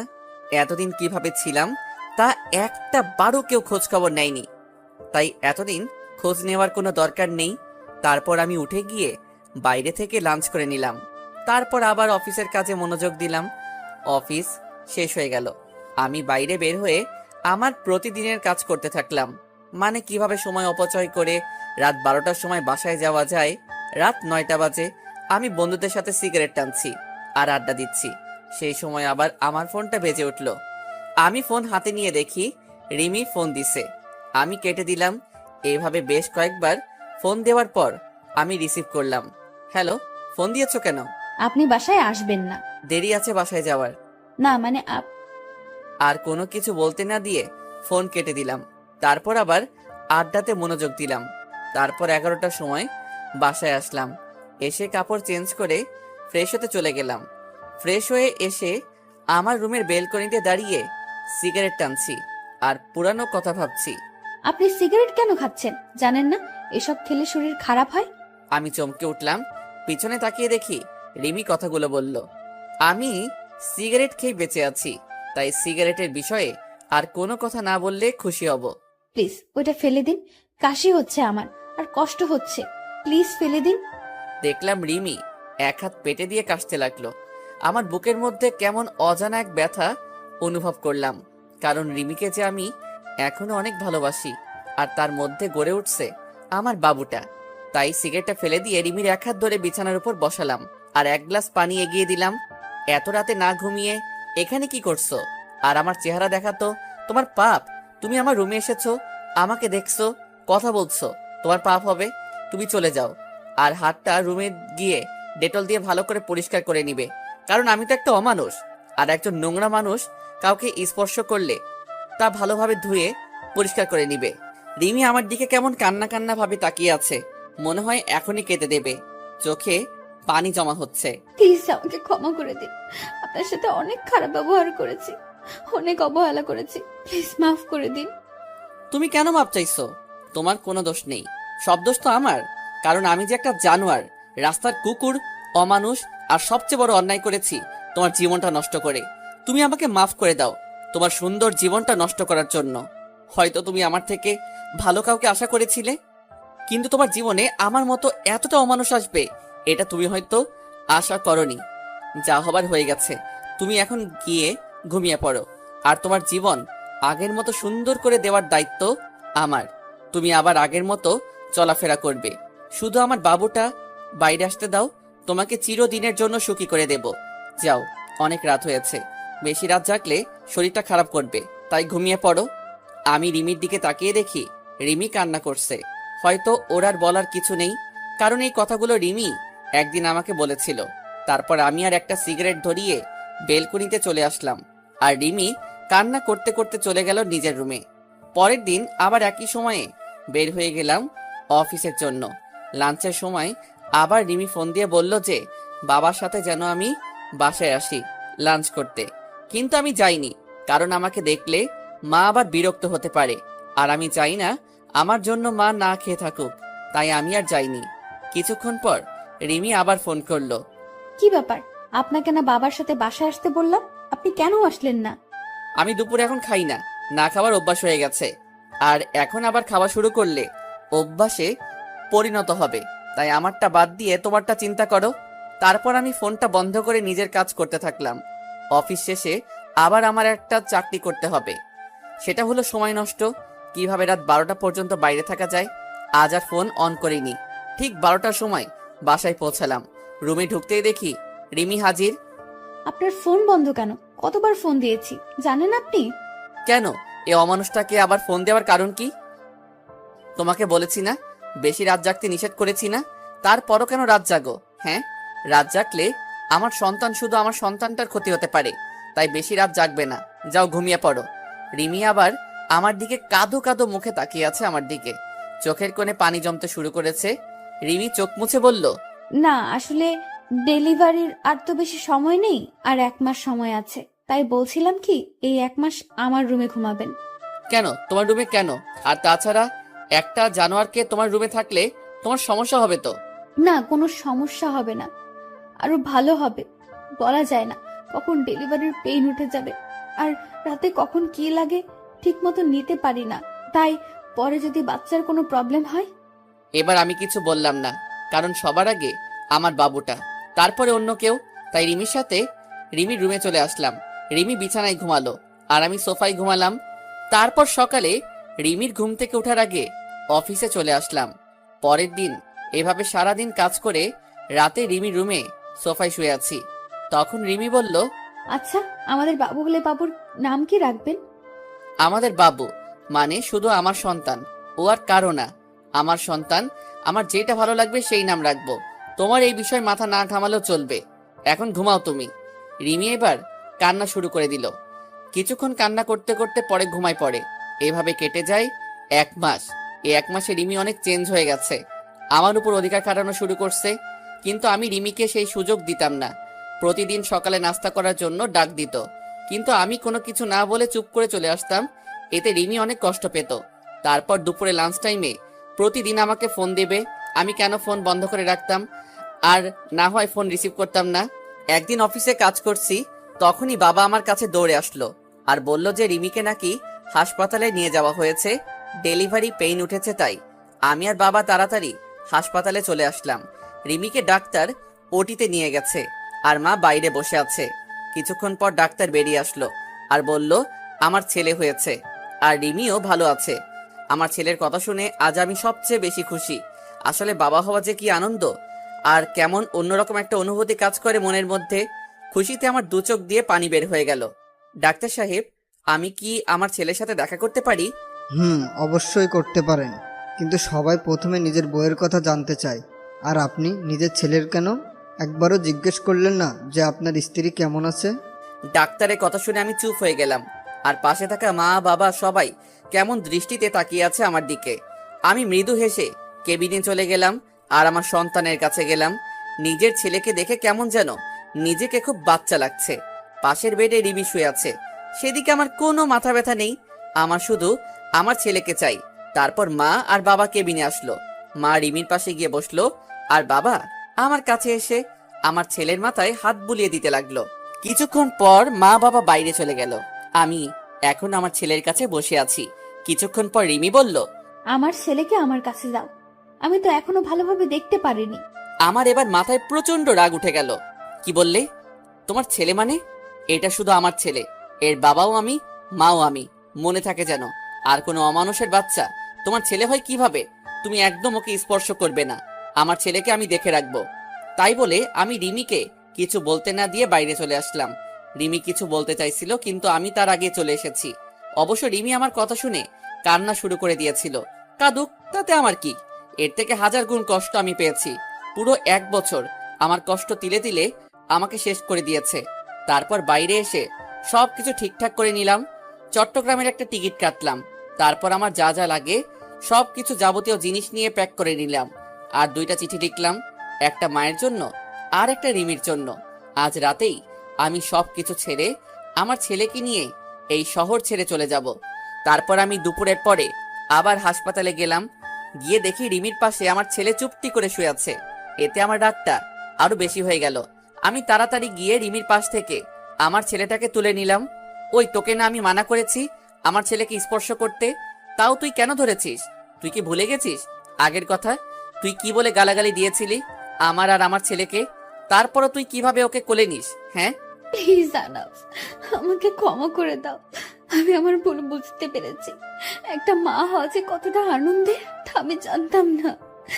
প্লিজ আমার ছেলের কাছ থেকে আমাকে দূরে সরিয়ে দিও না। তুমি যা বলবে আমি সব শুনবো, তবু আমার ছেলেকে আমার কাছে ফিরিয়ে দাও। কেন সেদিন মনে ছিল না যেদিন আমার ছেলেকে আর আমাকে জানোয়ার, রাস্তার কুকুর, অমানুষ বলে গালাগালি দিয়েছিলি? তুই তো আমার ছেলেটাকে গালাগালি দিয়েছিস, কিন্তু তার বয়স মাত্র 2 মাস, তার তখন জন্ম হয়নি। তখন তুই গালাগালি দিয়েছিস। কোনো মা তার নবজাতক ছেলেকে এভাবে গালাগালি দিতে পারে না। তাই এর প্রতি তোর কোনো অধিকার নেই, মনে থাকে যেন। তাই বলে আমি ছেলেকে নিয়ে বাইরে একটা চেয়ারে বসে পড়লাম। আর এদিকে রিমি অঝোরধারায় কান্না করতে থাকলো। তারপর বিকাল হতেই দেখি মা বাবা চলে আসলো হাসপাতালে। আমাকে ছেলে নিয়ে এভাবে বাইরে বসে থাকতে রেখে বাবা আমার কাছে আসলো। কিরে, কি হয়ে আমার দুলাভাইকে নিয়ে বাইরে বসে আছিস কেন? ভিতরে গিয়ে বস। বাবা, আমাকে ক্ষমা করবে, আমার ছেলেকে আমি দেখতে পারবো। মা বা রিমি আমার ছেলের উপর কোনো অধিকার না দেখালে খুশি হব। দেখ বাবা, এতদিন যা হয়েছে সব ভুলে যা, আবার নতুন করে শুরু কর তোরা। আর তাছাড়া এখন তোরা দুজন না, তিনজন। বাবা, তুমি কি ভুলে যেতে বলছো? আমার জীবনের সবচেয়ে খারাপ কষ্টকর 1 বছর ভুলে যাব? কোনোদিন সম্ভব না বাবা। এতদিন আমাকে যেমন অবহেলা করে এসেছে, তেমনই আমি চাই না আমার ছেলেটা সব সময় আমার মতো অবহেলা নিয়ে বড় হোক। বাবা, তুমি আমার আর আমার ছেলের নিয়ে কোনো চিন্তা করতে হবে না, তুমি শুধু মায়ের শরীরের দিকে খেয়াল রাখবে। তাই বলে আমি আমার ছেলেকে নার্সের কাছে দিয়ে বাইরে চলে আসলাম। তারপর সারাদিন বাইরে কাটিয়ে দিলাম। আমার চট্টগ্রামের বাস রাত 11:30 বেজে। তারপর সোজা হাসপাতালে চলে গেলাম। গিয়ে দেখি রিমি ঘুমিয়ে আছে, আর তার হাতের পাশে আমার বাবুটা ঘুমিয়ে আছে। আমি বাবুটাকে কোলে নিয়ে তারপর সেখানে একটা চিঠি রেখে আমার ছেলেকে নিয়ে সোজা বাস স্ট্যান্ডে চলে আসলাম। আর আমার মায়ের জন্য যে চিঠি, সেটা মা কাল সকালে পেয়ে যাবে। তারপর আমি ব্যাগপত্র নিয়ে বাসে উঠে পড়লাম, আর মোবাইলের সিমটা খুলে ভেঙে বাইরে ফেলে দিলাম। আজ সবাইকে ছেড়ে অনেক দূরে চলে যাচ্ছি, হয়তো কোনোদিন আর ফিরে আসা হবে না আমার প্রিয় শহর যশোরে। খুব কষ্ট হবে মা বাবাকে ছেড়ে, কিন্তু কি করব, আমার মা আমার সাথে 1 বছর কথা বলেনি, শুধু অবহেলা পেয়েছি। আর রিমিকে তো আমি ভালোবাসতাম, আমি চেয়েছিলাম সবকিছু ভুলে আবার নতুন করে রিমির সাথে সংসার শুরু করব। কিন্তু রিমি আমার নবজাতক বাচ্চাকে অবহেলা করছে, তার তো কোনো দোষ ছিল না। তাই আমি আর চাই না অবহেলা নিয়ে বেঁচে থাকতে। তাই অচেনা শহরে চলে আসলাম নতুন করে জীবন শুরু করতে। পরের দিন সকালে রিমি ঘুম থেকে উঠে দেখে তার ছেলে নেই, আর সেখানে একটা চিঠি রাখা আছে। এদিকে সকালে আহনাফের মায়ের কাছে একটা চিঠি পৌঁছাই দিল একটা অচেনা ছেলে। আহনাফের মা চিঠি পড়তে লাগলো। মা, তুমি যখন আমার চিঠিটা পাবে তখন হয়তো আমি তোমাদের থেকে অনেক দূরে চলে এসেছি নতুন করে জীবন শুরু করতে। মা, আমি জানি তোমাদের ছেড়ে থাকতে খুব কষ্ট হবে, কিন্তু তাও আমাকে মানিয়ে নিতে হবে। আমি যে 1 বছর তোমাদের কাছ থেকে অবহেলা পেয়েছি, সেটা আমি সহ্য করতে পারতাম না মা জান। খুব কষ্ট হতো, মাঝে মাঝে মনে হতো এই পৃথিবী ছেড়ে চিরতরে চলে যায়। কিন্তু আমি আমার ছেলের জন্য নিজের ক্ষতি করিনি, কারণ আমার যদি কিছু হয়ে যেত তাহলে আমার ছেলেটাকে এমন অবহেলা নিয়ে বড় হতে হতো। আর আপনজন অবহেলা করলে কতটা কষ্ট হয় শুধু আমি জানি। তাই আমি তোমাদের ছেড়ে অনেক দূরে চলে যাচ্ছি। আমি তো তোমার কাছে সেই 1 বছর আগে মারা গেছি, তাই আর তোমাদের ছেলে বলে পরিচয় দিতে হবে না। আর আমার এই পাপী নোংরা চেহারা তোমাকে আর দেখতে হবে না। তাই আমি আমার ছেলেকে নিয়ে অনেক দূরে চলে যাচ্ছি মা, যেখানে কোনো অবহেলা নেই। যদি কোনোদিন ভুল করে থাকি তাহলে ক্ষমা করে দিও মা। ইতি, তোমার অবহেলার পাও। আহনাফের মা চিঠিটা পড়া মাত্রই কান্না শুরু করে দিল, আর তাড়াতাড়ি উঠে হাসপাতালে যেতে লাগলো। এদিকে হাসপাতালে আহনাফের দেওয়ার চিঠি পড়তে থাকলো। রিমি, তুমি হয়তো জানো না, তোমাকে আগে 2 বছর যেভাবে ভালোবাসতাম ঠিক সেইভাবে এখনো ভালোবাসি। কিন্তু আমার ভালোবাসা তুমি বুঝলে না। মনে করেছিলাম জেল থেকে বের হয়ে আবার তোমাকে বিয়ে করে দুজন সুখী থাকবো, কিন্তু বিয়ে হলেও আমরা সুখী হতে পারলাম না। তুমি যদি চাইতে তাহলে আমাদের সংসারটা আজ অন্যরকম হতো, কিন্তু তুমি চাওনি, কারণ আমি যে একটা অমানুষ জানোয়ার, তাই না? তুমি তো একদিন বলেছিলে আমার গর্ভে কোনো অমানুষের বাচ্চা ধারণ করতে পারবো না, কিন্তু আমি তোমার প্রতি কৃতজ্ঞ যে আমার ছেলেটাকে তোমার গর্ভে ধারণ করার জন্য। আর তুমি যেদিন আমাকে ভুল বুঝে থাপ্পড় মেরেছিলে, সেদিন জানো কতটা কষ্ট পেয়েছিলাম। আর তুমি কি বলেছিলে? আমাকে ক্ষমা করে দাও। আমি সেদিন রাগের মাথায় উল্টাপাল্টা বলে ফেলেছি। রিমি, তুমি কি জানো মানুষ রাগের মাথায় সবসময় সত্যি কথা বলে, আর তাই সেদিন তুমি যা বলছো হয়তো সব সত্যি। আর আমি তোমার জীবন নষ্ট করেছিলাম, আর সেই জীবন থেকে আমি চিরদিনের জন্য আমার ছেলেকে নিয়ে চলে যাচ্ছি। তুমি তো একদিন বলেছিলে তোর মতো পাপীর চেহারা আমি দেখতে চাই না, তাই আমি তোমার কথা রাখার জন্য চলে যাচ্ছি। আর আমার ছেলেকে আর কোনোদিন অমানুষ বলে গালাগালি করো না। তুমি পারলে যতদিন গালাগালি করো আমাকে করো, আমার ছেলেকে আমি কেমন ভাবে গড়ে তুলবো জানি না, কিন্তু তোমাদের মতো অবহেলা করব না যেভাবে তোমরা আমাকে করছো। তাই আমি চিরদিনের জন্য তোমাদের ছেড়ে চলে যাচ্ছি কোনো এক অজানা শহরে। যদি পারো আমাকে ক্ষমা করে দিও। হিতি একটা অমানুষ। রিমি আহনাপের চিঠি পেয়ে পাগলের মতো কান্না করতে থাকলো আর আহনাপ বলে চিৎকার করতে থাকলো। তখনই আহনাপের মা আসলো রুমে, আর রিমি আহনাপের মাকে জড়িয়ে ধরে চিৎকার করে কান্না করতে থাকলো আর বারবার আহনাপ ফিরিয়ে আসো, আমার ছেলেকে ফিরিয়ে দাও বলে চিৎকার করে কান্না করতে থাকলো। আর এদিকে আহনাপ তার ছোট ছেলেকে নিয়ে এক অচেনা শহরে চলে আসলো। কাউকে চিনে না, কোথায় থাকবে আহনাপ নিজেই জানে না। পরের দিন আমি আমার ছেলেকে নিয়ে একটা চায়ের দোকানে বসে আছি। আমি হালকা নাস্তা করে আমার ছেলের জন্য দুধ কিনে তাকে কষ্ট করে খাওয়ালাম। অনেক হয়েছে, এবার আমার ছেলের একটা নাম রাখতে হবে। তাই আমার ছেলের নাম আব্দুল্লাহ আল সামি রাখলাম, কিন্তু আমি তাকে সামি বলেই ডাকবো, আপনারাও ডাকতে পারেন সামি বলে। তারপর দোকানে আর কিছুক্ষণ বসে থাকার পরে হঠাৎ করে দোকানদার বলল, কি ব্যাপার, আপনি এতটুকু বাচ্চা নিয়ে এভাবে ঘুরে বেড়াচ্ছেন কেন? আর বাচ্চার মা কোথায়? আসলে আমি এই শহরে নতুন, তাই কাউকে চিনি না, আর থাকার একটা জায়গাও নেই, আর বাচ্চার মা নেই, আমি তার মা বাবা। তারপর দোকানদার কি যেন ভেবে বলল, আপনি চাইলে আমার বাড়ির পাশের একটা ছোট বাড়ি আছে, আপনাদের দুজনের থাকার জন্য বেশ ভালো জায়গা। আমি দোকানদারের কথা শুনে বেশ খুশি হলাম। আমি আর কিছু না ভেবে তার কথায় রাজি হয়ে গেলাম। তারপর তিনি আমাকে বাসাটা দেখিয়ে দিয়ে চলে গেল আর বলল, আমার বাড়িটা পাশেই, আমি আমার মেয়েকে বলে যাচ্ছি আপনার যা যা লাগবে সব কিছু যেন সে দেখে নেয়, আর কোনো সমস্যা হলে আমার মেয়েকে বলবেন। দোকানদার তাই বলে চলে গেল আর আমি ঘরটা একটু দেখে নিয়ে কাজ শুরু করে দিলাম, মানে ঘর গোছানোর কাজ। কিছুক্ষণ পর দেখি একটা মেয়ে আসলো রুমে। ও, আপনি তাহলে তিনি যার কথা বাবা বলে গেল? তার মানে ইনি দোকানদারের মেয়ে হবে হয়তো। দেখতে মাশাল্লাহ বেশ সুন্দর, তবে গরিব বলে বেশি সাধারণভাবে চলাফেরা করে, তাই সৌন্দর্যটা বেশি ফুটে উঠছে না। জি, আমি এই ঘর ভাড়া নিয়েছি, আসলে এখানে কাউকে চিনি না তো, তাই আপনাকে আসতে হলো। আপনি একটু দেখিয়ে দিলেই চলবে। আরে আপনি কোনো চিন্তা করবেন না, আপনার যা যা দরকার বলবেন, আমি দেখিয়ে দেব। আর আমাকে আপনি করে না বলে নাম ধরে ডাকলে খুশি হব। আমার নাম তনিমা, তনিমা বললে খুশি হব। ও আচ্ছা, নাম ধরেই ডাকবো। তখনই স্বামী কেঁদে উঠলো আর তনিমা বলল, এখানে একটা বাচ্চা কান্না করছে কোথায়? আমি তাড়াতাড়ি গিয়ে স্বামীকে কোলে তুলে নিলাম, কিন্তু কান্না থামার কোনো নাম গন্ধই নেই। এই বাচ্চাটা কার? কার বাচ্চা চুরি করে নিয়ে আসছেন? বলেন কার বাচ্চা, নইলে আমি কিন্তু লোকজন ডাকবো আর বলবো আপনি একটা বাচ্চা পাচারকারী। আমি বাচ্চা চুরি করতে যাব কেন? এটা আমার ছেলে, আমি ওর বাবা, আর আমি কোনো বাচ্চা পাচারকারী না, বুঝলেন? তাহলে বাচ্চার মা কোথায়? বাচ্চার মাকে তো দেখতে পাচ্ছি না। আমার ছেলের মা নেই, সে আমার ছেলেটাকে জন্ম দিতে গিয়ে মারা গেছে। এখন থেকে আমি ওর মা বাবা। ও, তা আগে বলবেন তো। আর বাচ্চা কেউ এইভাবে কোলে নেয়? দেন আমার কাছে, দেন। তাই বলে তনিমা আমার কাছ থেকে বাচ্চাটা নিজের কাছে নিয়ে নিল, আর স্বামীর কান্না থেমে গেল। আসলে বাচ্চারা মাতৃ করে বেশি মানায়। আচ্ছা, আপনি ঘরটা গোছান, আমি আপনার ছেলেকে দেখছি। তাই বলে তনিমা স্বামীকে নিয়ে বাইরে চলে গেল, আর আমি ঘরটা গোছানো শুরু করলাম। ঘর গোছানো শেষে আমি বাইরে গিয়ে দেখি স্বামী তনিমার কোলে আরামে ঘুমিয়ে আছে। দেখে খুব ভালো লাগলো, কারণ সারাটা দিন বাসের মধ্যে ভালোভাবে ঘুমাতে পারিনি। দেন স্বামীকে আমার কাছে দেন, রুমে শুয়ে দিয়ে আসি। আপনার কাছে দিলে আবার ঘুম ভেঙে যাবে, আমি নিয়ে যাচ্ছি, চলেন।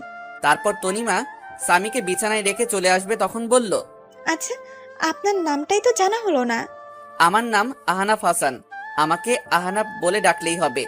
ও আচ্ছা, দুপুরে আমাদের বাসায় খাবেন, বাবা বলে গেছে যেন দুপুরে খাবার যেন আমাদের বাসায় খাই।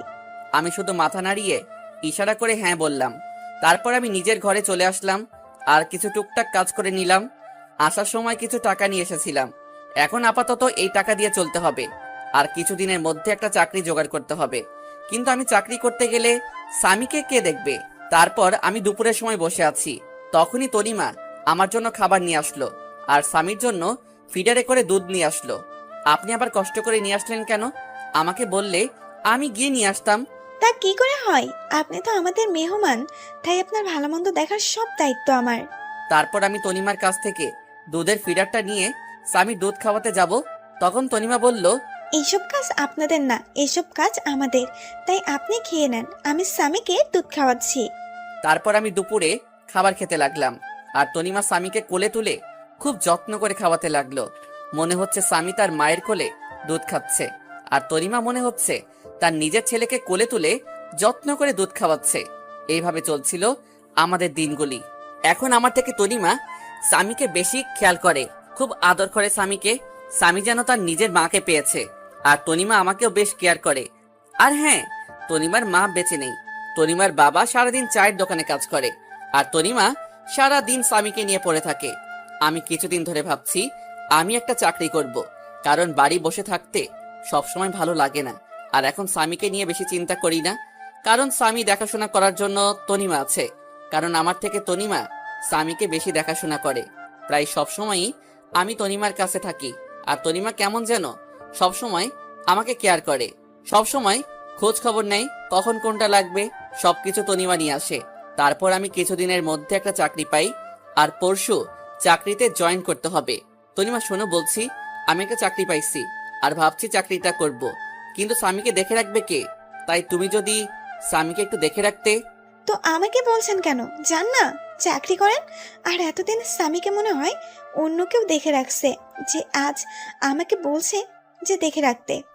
এতদিন অন্য মানুষ দেখে রাখছে, আমি না হয় এখন দেখে রাখবো। আসলে আমি কথাটা ওভাবে বলতে চাইনি। আমার থেকে তো তুমি ওকে বেশি দেখাশোনা করো, তাই তোমাকে একটু বললাম। এখন তো আমি সেই সকালে যাব, আর ফিরতে সন্ধ্যা হয়ে যাবে, তাই বললাম আর কি। আপনি কোনো চিন্তা করবেন না, স্বামীকে আমি ভালোভাবে দেখে রাখবো। আর স্বামী তো আমারই ছেলে নাকি? কি বললে? স্বামী তোমার ছেলে মানে? কই, কখন বললাম? আমি তো বলছি সে তো আমার ছেলের মতোই। ও ঠিক আছে। কিছুদিন ধরে দেখছি তনিমা কেমন যেন সব সময় মনে মনে কি সব বলে, আর কেমন সব সময় আর চোখে আমার দিকে তাকিয়ে থাকে। আমি বুঝতে পারছি তনিমা আমাকে ভালোবাসতে শুরু করেছে, কিন্তু এটা যে কোনোদিন সম্ভব না, কারণ আপনারা তো সবই জানেন, কিন্তু তনিমা তো আর জানে না। তবে আমি বুঝতে পারছি তনিমাকে ছাড়া স্বামী লালন পালন করা সম্ভব না। আর তনিমা কেমন যেন স্বামী নিজের ছেলের মতো দেখাশোনা করে। আর তনিমা মেয়েটা অনেক ভালো, কোনো অহংকার নেই তার মধ্যে। তারপর আমি অফিস জয়েন করলাম। তনিমা এখন আমাকে প্রতিদিন সকালে সবকিছু গুছিয়ে দেয়। সকালে উঠে নাস্তা তৈরি করে দেবে, তারপর সন্ধ্যার পর নিজের স্বামীর মতো করে রাতের খাবার নিয়ে অপেক্ষা করে। কিন্তু তনিমা যা ভাবছে তা কোনোদিন হবার নয়। তনিমাকে আমার সবকিছু বলতে হবে, নইলে পরে অনেক বড় সমস্যা হতে পারে। তাই ভাবলাম তনিমাকে সবকিছু বলে দেব। আমি সকালে অফিসে যাচ্ছি, তখন তনিমার বাবা আমাকে ডাক দিল। আমি তনিমার বাবার কাছে গিয়ে সালাম দিলাম। তনিমার বাবা সালামের উত্তর দিয়ে বলল যেন রাতে তাদের সাথে একসাথে রাতের খাবার খাই, আর কিছু কথা আছে, তাই রাতে এক জায়গায় কথাটা বলবে। আমি এত কিছু না ভেবে অফিসে চলে আসলাম। অফিস শেষে রাতে বাসায় ফিরলাম। ফ্রেশ হয়ে তনিমার বাবার সাথে একসাথে খেতে বসলাম। তখন তনিমার বাবা বলল, দেখো আনাব বাবা, তুমি যেদিন থেকে এখানে এসেছো তুমি দেখছো আমার মেয়েটা কেমন। আর আমার মেয়েটা তোমার ছেলেকে নিজের ছেলের মতো লালন পালন করে, তুমি তো সব জানো। আর আমার মা মরা মেয়েকে কোনোদিনই কষ্ট দেয়নি। আমি আমার মেয়ের কষ্ট হবে বলে আমি আর বিয়ে করিনি, তুমি তো সব জানো। আর স্বামীর জন্য একটা মা দরকার, আর তুমি কতদিন একা একা থাকবে। তাই বলছিলাম কি আমার মেয়েকে তুমি বিয়ে করে নাও বাবা। খুব টেনশন হয় বাবা, বৃদ্ধ হয়ে গেছি, কখন যে কি হয়ে যায় বলা যায় না।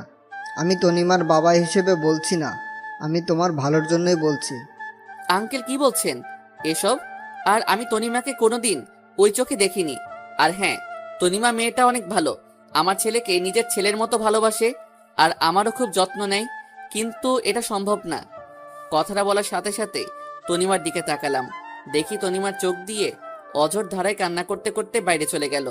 তনিমা মনে হয় আমাকে ভালোবাসে, আর তনিমা মনে হয় আমার কাছ থেকে এই কথা আশা করেনি। তাহলে কেন তনিমাকে বিয়ে করতে পারবে না? কি সমস্যা বলো দেখছি। অনেক সমস্যা আছে আঙ্কেল, আপনি আমার পুরো কাহিনী জানেন না। কেন আমি ছোট একটা বাচ্চা নিয়ে কেন এক শহর থেকে অন্য শহরে চলে আসলাম। আমার একটা পুরনো অতীত আছে, আর সেই অতীত শুনলে আপনি আর আমার সাথে আপনার মেয়েকে বিয়ে দিবেন না। তোমার একটা অতীত আছে? কই, তুমি তো আমাকে আগে বলনি। তখন বলার মতো পরিস্থিতি ছিল না, তাই বলিনি। কিন্তু আপনাদের কাছ থেকে আর লুকাবো না, সব বলবো আজ। তারপর আমি তনিমাকে ডাকলাম আর আমার অতীতের পুরো কাহিনী বলতে থাকলাম। তারপর আমি আমার পুরানো অতীত সব খুলে বললাম। দেখি তনিমা কান্না করতে করতে অন্য রুমে চলে গেল, আর তনিমার বাবা কোনো কথা না বলে চলে গেল। তারপর আমি নিজের রুমে চলে আসলাম। দেখি আমার ছেলেটা ঘুমিয়ে আছে। আজ মা বাবা আর রিমির কথা খুব মনে পড়ছে। এতদিনে হয়তো রিমি অন্য কারোর সাথে বিয়ে করেছে, কারণ রিমির কাছে তো আমি একটা খারাপ মানুষ ছিলাম। আর মা মনে হয় আমার উপর এখনো রেগে আছে। পুরনো কথা ভাবতে ভাবতে কখন যে স্বামীর পাশে ঘুমিয়ে পড়েছি নিজেই জানি না। পরের দিন সকালে উঠে ফ্রেশ হয়ে নিলাম, অফিসে যাওয়ার জন্য রেডি হচ্ছি। কিন্তু আজ তনিমা আমাকে নাস্তা করতে ডাকলো না। মনে হয় আমার উপর রেগে আছে। কিন্তু আমি অফিসে গেলে স্বামীর কি হবে? স্বামীর বয়স 8 মাস, তাই তাকে একা রেখে যাওয়া যাবে না। প্রতিদিন তনিমা স্বামীকে তার কাছে নিজের মায়ের মতো দেখাশোনা করত। কিন্তু আজ কি হবে? আমি বিছানায় মাথা নিচু করে বসে আছি। তখনই তনিমা আসলো আর বলল, আপনি অফিসে চলে যান, আমি স্বামীকে দেখে রাখছি। আসলে কাল একটু দেরি করে ঘুমানোর জন্য সকালে উঠতে দেরি হয়ে গেল, তাই আপনার জন্য নাস্তা তৈরি করতে পারলাম না। কাল থেকে আবার তৈরি করে দেব। আমি তনিমার দিকে তাকিয়ে দেখি তনিমার চোখ মুখ ফুলে আছে, আর চোখ কিছুটা লাল হয়ে আছে। মনে হয় সারা রাত কান্না করেছে। তনিমা, আমাকে তুমি ক্ষমা করে দাও। তোমাদের কাছ থেকে আমার পুরনো অতীত লুকানোর জন্য যদি সেদিন সবকিছু বলে দিতাম, তাহলে আজ তোমাকে কষ্ট পেতে হতো না। কিন্তু কি করব বলো, আমি যে চাইলেও সবকিছু ভুলে যেতে পারবো না। আপনি কেন ক্ষমা চাইছেন? আর অন্যায় তো আমি করেছি। আমি আপনার সম্পর্কে সবকিছু না জেনে আপনাকে ভালোবেসেছি। আমি আর আপনাদের মধ্যে আসবো না, কিন্তু স্বামীকে আমার কাছ থেকে দূরে রাখবেন না। স্বামী আপনার ছেলে, আমি কোনোদিন ভাবিনি, সব সময় নিজের ছেলে মনে করে এসেছি। প্লিজ স্বামীকে আমার কাছ থেকে দূরে সরিয়ে দেবেন না। আমি তনিমার কথা চোখ দিয়ে টপটপ করে পানি পড়তে থাকলো। রিমির মধ্যে আর তনিমার মধ্যে কত পার্থক্য! রিমি নিজের সন্তানকে অমানুষ বলে, গালাগালি করে, আর তনিমা স্বামী কিছু না হওয়া সত্ত্বেও স্বামীর জন্য কত ভালোবাসা তার।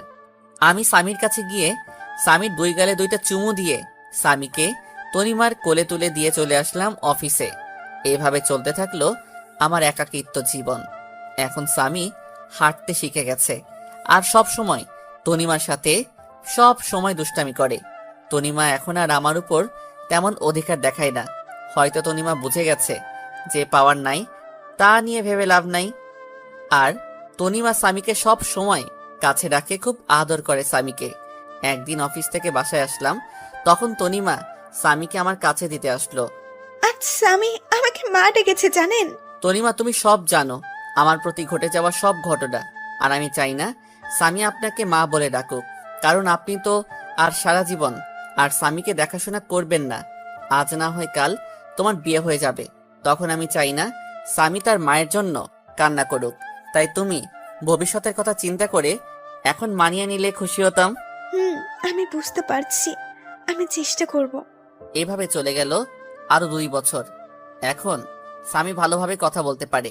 স্বামী এখন আমাকে আব্বু বলে ডাকে। যেদিন স্বামী আমাকে আব্বু বলে ডেকেছিল সেদিন যে কত খুশি হয়েছিলাম তা ভাষায় প্রকাশ করা যাবে না।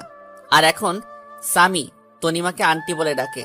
আমি জানি এসব তনিমা শিখিয়ে দিছে। এভাবে আরো কিছুদিন যাওয়ার পর তনিমা এসে বলল, বাবা আমার বিয়ে ঠিক করে ফেলেছে, কিন্তু সে স্বামীকে ছাড়া থাকতে পারবে না বলে অজরধারায় কান্না করতে থাকলো। আমি কি বলে তনিমাকে সান্ত্বনা দেব কিছু খুঁজে পাচ্ছি না, কারণ সেই ছোট থেকে স্বামী কোলে তুলে নিজের হাতে খাইয়ে বড় করেছে। সবাই কষ্ট হওয়ার কথা, কিন্তু বাস্তবটাকে মেনে নিতে হবে, নইলে পরে অনেক সমস্যার মধ্যে পড়তে হবে। কিছুদিনের মধ্যে তনিমার বিয়ে হয়ে গেল। এই কয়দিন স্বামীকে সবসময় কাছে নিয়ে রাখতাম, কারণ স্বামী এখনো ছোট। তাই কিছুদিন তনিমার থেকে দূরে রাখলে স্বামী হয়তো তনিমাকে আস্তে আস্তে ভুলে যাবে। তনিমা বিয়ের দিন স্বামীকে জড়িয়ে ধরে অনেক কান্না করেছিল, যেন মা তার ছেলেকে চিরদিনের জন্য ছেড়ে চলে যাচ্ছে। তনিমার কান্না দেখে আমারও খুব কান্না পাচ্ছিল। তারপর তনিমার বিয়ে হয়ে গেল। কিছুদিন স্বামী কান্না করছিল তনিমা না দেখতে পেয়ে, কিন্তু স্বামী ছোট, সে কারণে কিছুদিন পর আর কান্না করে না। এখন স্বামীকে আমার সাথে আমার অফিসে নিয়ে যাই। অফিসের সবাই স্বামীকে অনেক ভালোবাসে, সবাই স্বামীকে দেখে রাখে, সবাই স্বামীকে আদর করে। কিছুদিন পর অফিস থেকে জানালো আমার ট্রান্সফার করা হয়েছে, আর এখন আমার অফিস ঢাকাতে পোস্টিং করা হয়েছে। আমিও সবকিছু মেনে নিলাম। তনিমার বাবার কাছ থেকে বিদায় নিয়ে ঢাকাতে চলে আসলাম। তবে ঢাকাতে আসার আগে তনিমা কিভাবে খবর পেয়েছিল আমরা একেবারের জন্য ঢাকায় চলে যাচ্ছি, সেদিন তনিমা এসে সামিকে কোলে তুলে অনেক আদর করে আর বলে মাঝে যেন তার সাথে দেখা করি। তারপর আমরা ঢাকায় চলে আসি। তারপর দেখতে দেখতে আরো 2টা বছর চলে গেল। এখন সামিকে একটা স্কুলে ভর্তি করিয়ে দিছি। আমি অফিসে যাওয়ার সময় সামিকে স্কুলে দিয়ে আসি, আর স্কুল শেষে সামিকে আমার অফিসে নিয়ে আসি। তারপর অফিস শেষে দুজন বাসায় চলে আসি। একদিন সামি বলল, আব্বু আব্বু তুমি জানো স্কুলে আমার সব বন্ধুরা তাদের আম্মুর সাথে যায়, তাদের আম্মু তাদের কত ভালোবাসে, কিন্তু আমার আম্মু নেই কেন?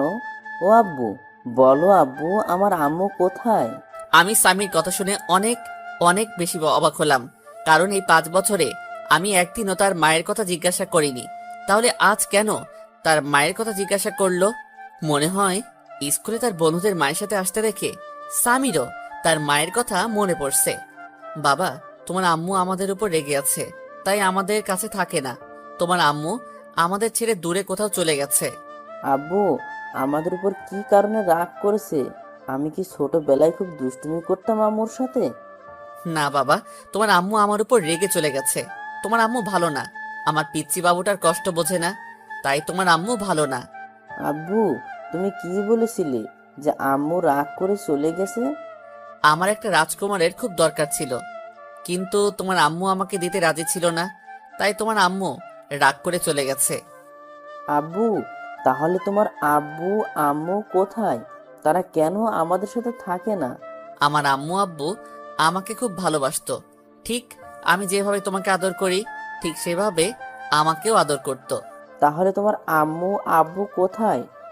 আমি তো আমার আব্বুর সাথে থাকি, তুমি কেন তোমার আব্বুর সাথে থাকো না? তোমার আম্মুর জন্য আমার আম্মু আব্বু আমার উপর রেগে চলে গেছে। তাহলে আমার আম্মুর কাছে কোনোদিন যাব না। কেন যাবে না? তুমি তোমার আম্মুর কাছে, তুমি তো এইমাত্র বললে আমি আম্মুর কাছে যাব। না যাব না, আম্মু খুব খারাপ, অনেক পচা। আমার আম্মুর জন্য তোমার আম্মু আব্বু তোমার উপর রাগ করে চলে গেছে। পরে যদি আম্মুর জন্য তুমি যদি আমার উপর রেগে আমাকে ছেড়ে চলে যাও? না বাবা, তোমাকে ছেড়ে আমি কোথাও যাব না। উম্মা। আব্বু আমি তোমার আম্মুর আব্বুর কাছে যাব। কেন তুমি আমার আম্মু আব্বুর কাছে যাবে কেন? আমি তোমার আম্মু আব্বুর কাছে গিয়ে মাপ চাইবো, যেন আমার আব্বুর ওপর যেন আর রেগে না থাকে। না বাবা, তারা তোমার কথা শুনবে না।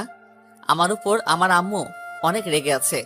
না আব্বু, আমি যাব আর তোমার আম্মুর কাছে পা জড়ি ধরে মাপ চাইবো, যেন তোমাকে মাপ করে দেয়। আচ্ছা বাবা, তোমার পরীক্ষা শেষ হলে নিয়ে যাব। ঠিক আছে বাবা। ঠিক আছে আব্বু। তাই বলে স্বামী শুয়ে পড়ল, আর আমি ভাবতে থাকলাম আমাকেও অনেক মা বাবাকে দেখতে ইচ্ছে করছে। অনেকদিন মা বাবাকে দেখিনি, তাই স্বামীর পরীক্ষা শেষ হলে কিছুদিনের জন্য আবার সেই নিজের চিরচেনা শহর যশোরে যাব। এতদিনে মনে হয় রিমি আর একটা বিয়ে করে স্বামীর সাথে সুখে শান্তিতে সংসার করছে। রিমি সুখে থাকলেই ভালো, আমি আর কারো প্রতি মায়া জন্মাতে দেব না। এক রিমিকে ভালোবেসে আমার জীবনটা শেষ করে দিয়েছে, আমার মা বাবার কাছ থেকে আলাদা করে দিছে। আমি আর আমার ছেলের মাঝখানে অন্য কাউকে আসতে দেব না। তারপর পুরনো কথা ভাবতে ভাবতে কখন যে ঘুমিয়ে পড়েছি ঠিক খেয়াল নেই। তারপর সকালে ফ্রেশ হয়ে স্বামীকে তৈরি করে স্বামীর স্কুলে নামিয়ে দিয়ে আমি অফিসে চলে আসলাম।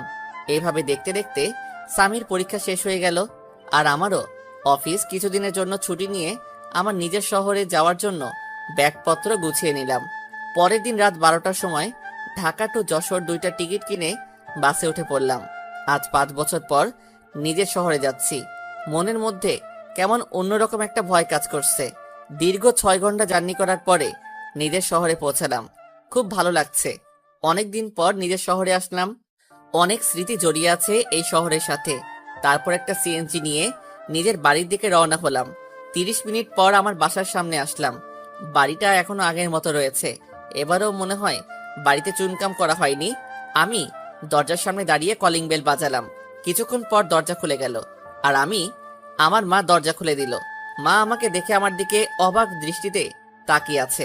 মা আমাকে দেখে অঝোর ধারায় কান্না করে দিল, আর আমাকে জড়িয়ে ধরে হাউ মাউ করে কান্না করছে।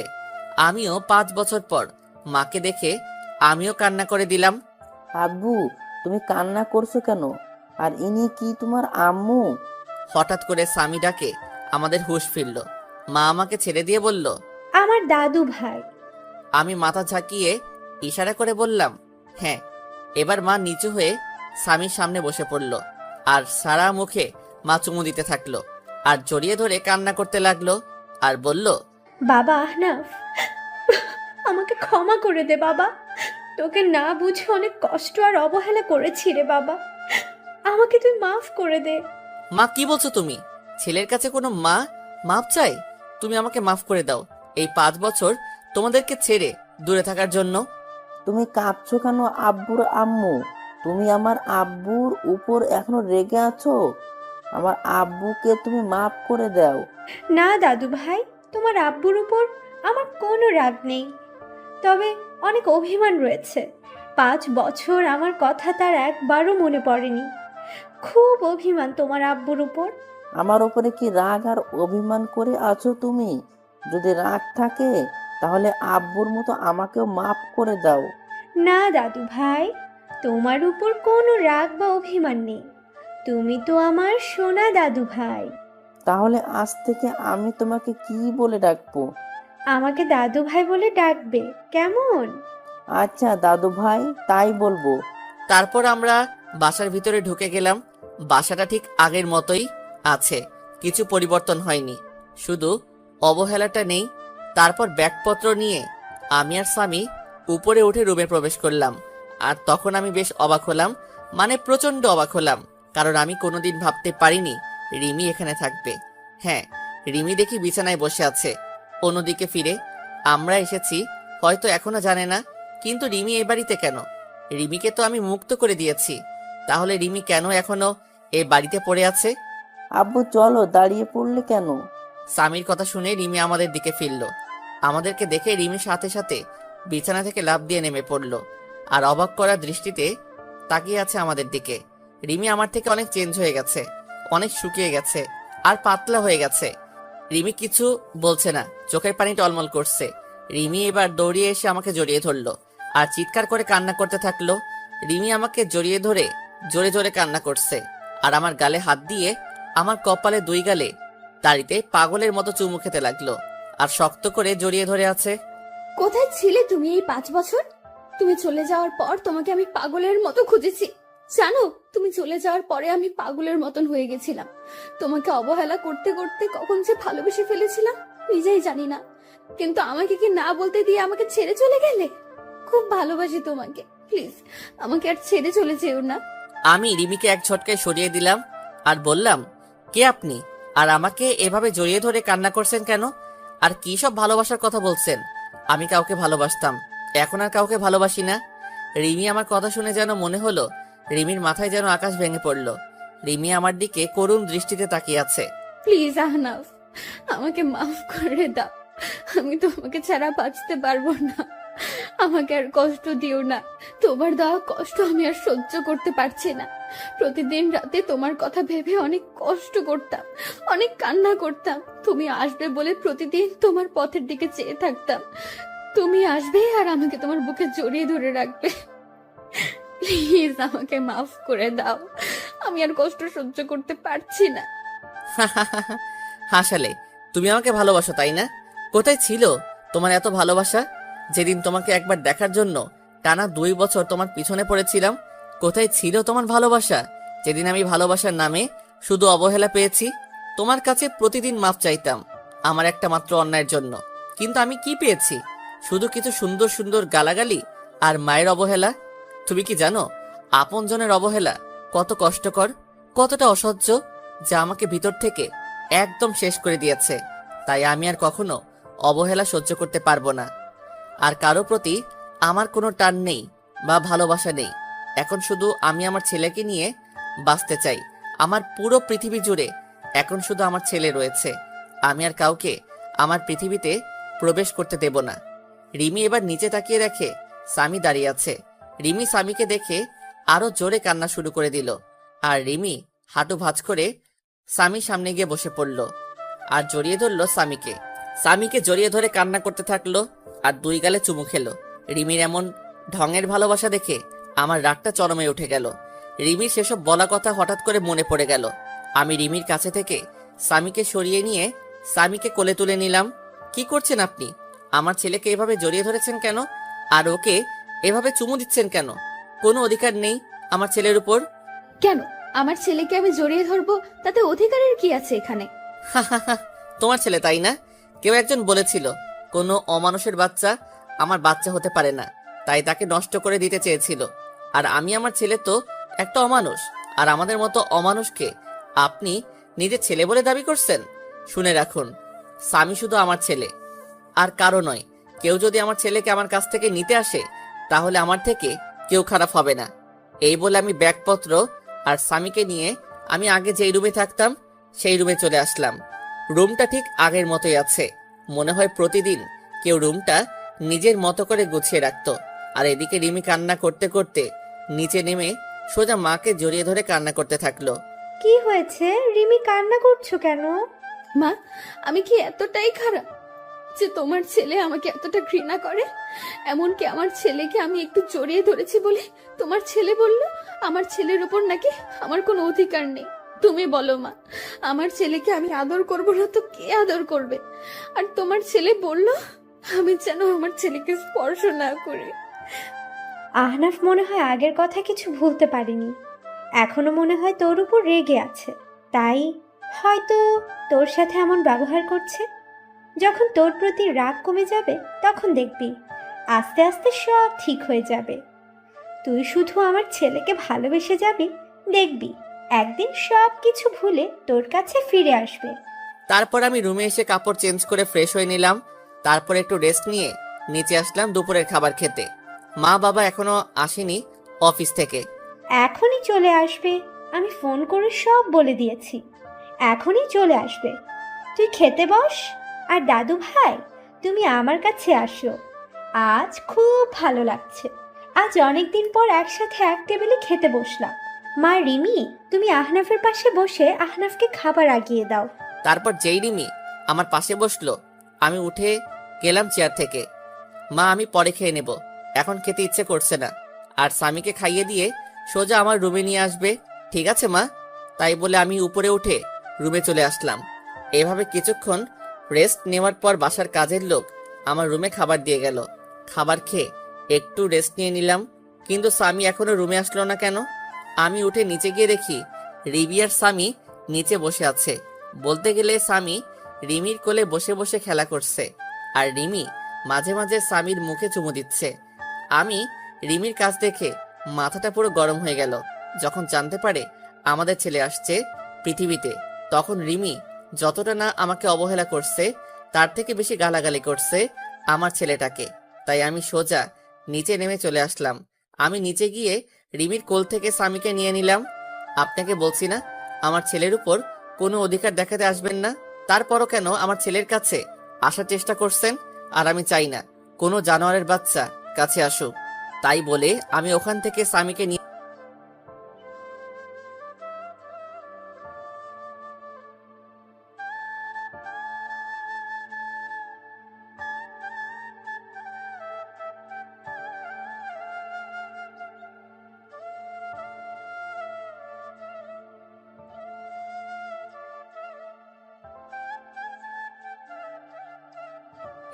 বাবাকে রুমে নিয়ে গেলাম। বাবা, তোমার দাদা ভাই আমার ছেলে স্বামী। বাবা স্বামীকে দেখে কোলে তুলে আদর করতে লাগলো। তারপর বাবার সাথে কিছুক্ষণ কথা বলে বাবা চলে গেল। তারপর আমি আর স্বামী একটু ঘুমিয়ে বিকালে উঠে একটু বাইরে হাঁটতে বের হলাম। অনেকদিন পর এই এলাকাতে আসলাম। কিছু চেনা পরিচিত মানুষের সাথে কথা বলে রাতে বাসায় আসলাম। আমি আর স্বামী রুমে বসে আছি, তখন রিমি রুমে আসলো। চলেন, রাতের খাবার খেয়ে নেবেন, সবাই নিচে অপেক্ষা করছে। আমি খাবো না, আর আমার খাওয়া নিয়ে তোমাকে চিন্তা করতে মানা করছি না? আর এর আগে 1 বছর যখন আমার খাবার কথা নিয়ে ভাবনি, এখনো না ভাবলেই চলবে। আমি আগে যেরকম ভাবে বাইরে খেতাম এখনো বাইরে বাইরে খাবো। আপনি শুধু মাকে বলেন স্বামীর খাবারটা যেন উপরে দিয়ে যায়। রিমি আর কিছু না বলে কান্না করতে করতে চলে গেল। কাঁদুক, তাতে আমার কি? আমিও অনেক কান্না করেছি, কেউ দেখেনি আমার কান্না। কিছুক্ষণ পর মা রুমে আসলো।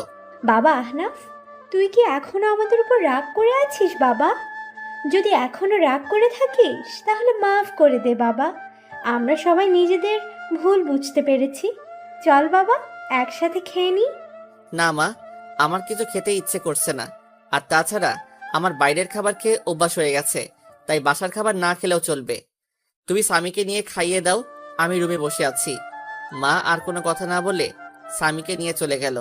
যাওয়ার সময় দেখলাম মায়ের চোখে হালকা পানি টলমল করছে। খুব কষ্ট হলো মায়ের চোখে পানি দেখে। মা কোনো দোষ করেনি, রিমির জন্যই তো মা আমাকে অবহেলা করত। না, মাকে আর কষ্ট দেব না। তারপর কিছুক্ষণ পর দেখি রিমি স্বামীকে দিয়ে গেল, আর আমি স্বামীকে বিছানায় বসিয়ে রুমের দরজা বন্ধ করে দিলাম। রিমির চোখে পানি দেখলাম, কাঁদলে কাঁদুক, তাতে আমার কিছু করার নেই। বিছানায় শুয়ে শুয়ে ভাবছি, রিমি আমাকে আগে দু চোখে দেখতে পারতো না, আর এখন কেমন দৃষ্টিতে তাকিয়ে থাকে। রিমির চোখে এখন আমার জন্য অন্য কিছু দেখি। হয়তো আমার অনুপস্থিতিতে আমাকে ভালোবেসে ফেলছে, কিন্তু রিমির উপর যে এখন আমার কোনো রকম ফিলিংস কাজ করে না। 5 বছর আগের কথা মনে পড়লে ভীষণ রাগ আর কষ্ট হয় খুব। পুরনো কথা ভাবতে ভাবতে কখন যে ঘুমিয়ে গেছি নিজেই জানি না। পরের দিন সকালে ঘুম থেকে উঠে দেখি স্বামী বিছানায় নেই। আমি তাড়াতাড়ি বিছানা থেকে উঠে চোখ মুছতে মুছতে নিচে এসে দেখি স্বামীকে সুন্দর পোশাক পরিয়ে নিজের কোলে তুলে খুব সুন্দর করে নিজের হাতে খাইয়ে দিচ্ছে, আর তারা কথা বলছে। বাবা, তোমার এতদিন মায়ের কথা মনে পড়েনি? খুব মনে পড়তো আম্মু। আমার স্কুলের সব বন্ধুদের তাদের মা স্কুলে নিয়ে যেত, আবার নিয়ে আসতো।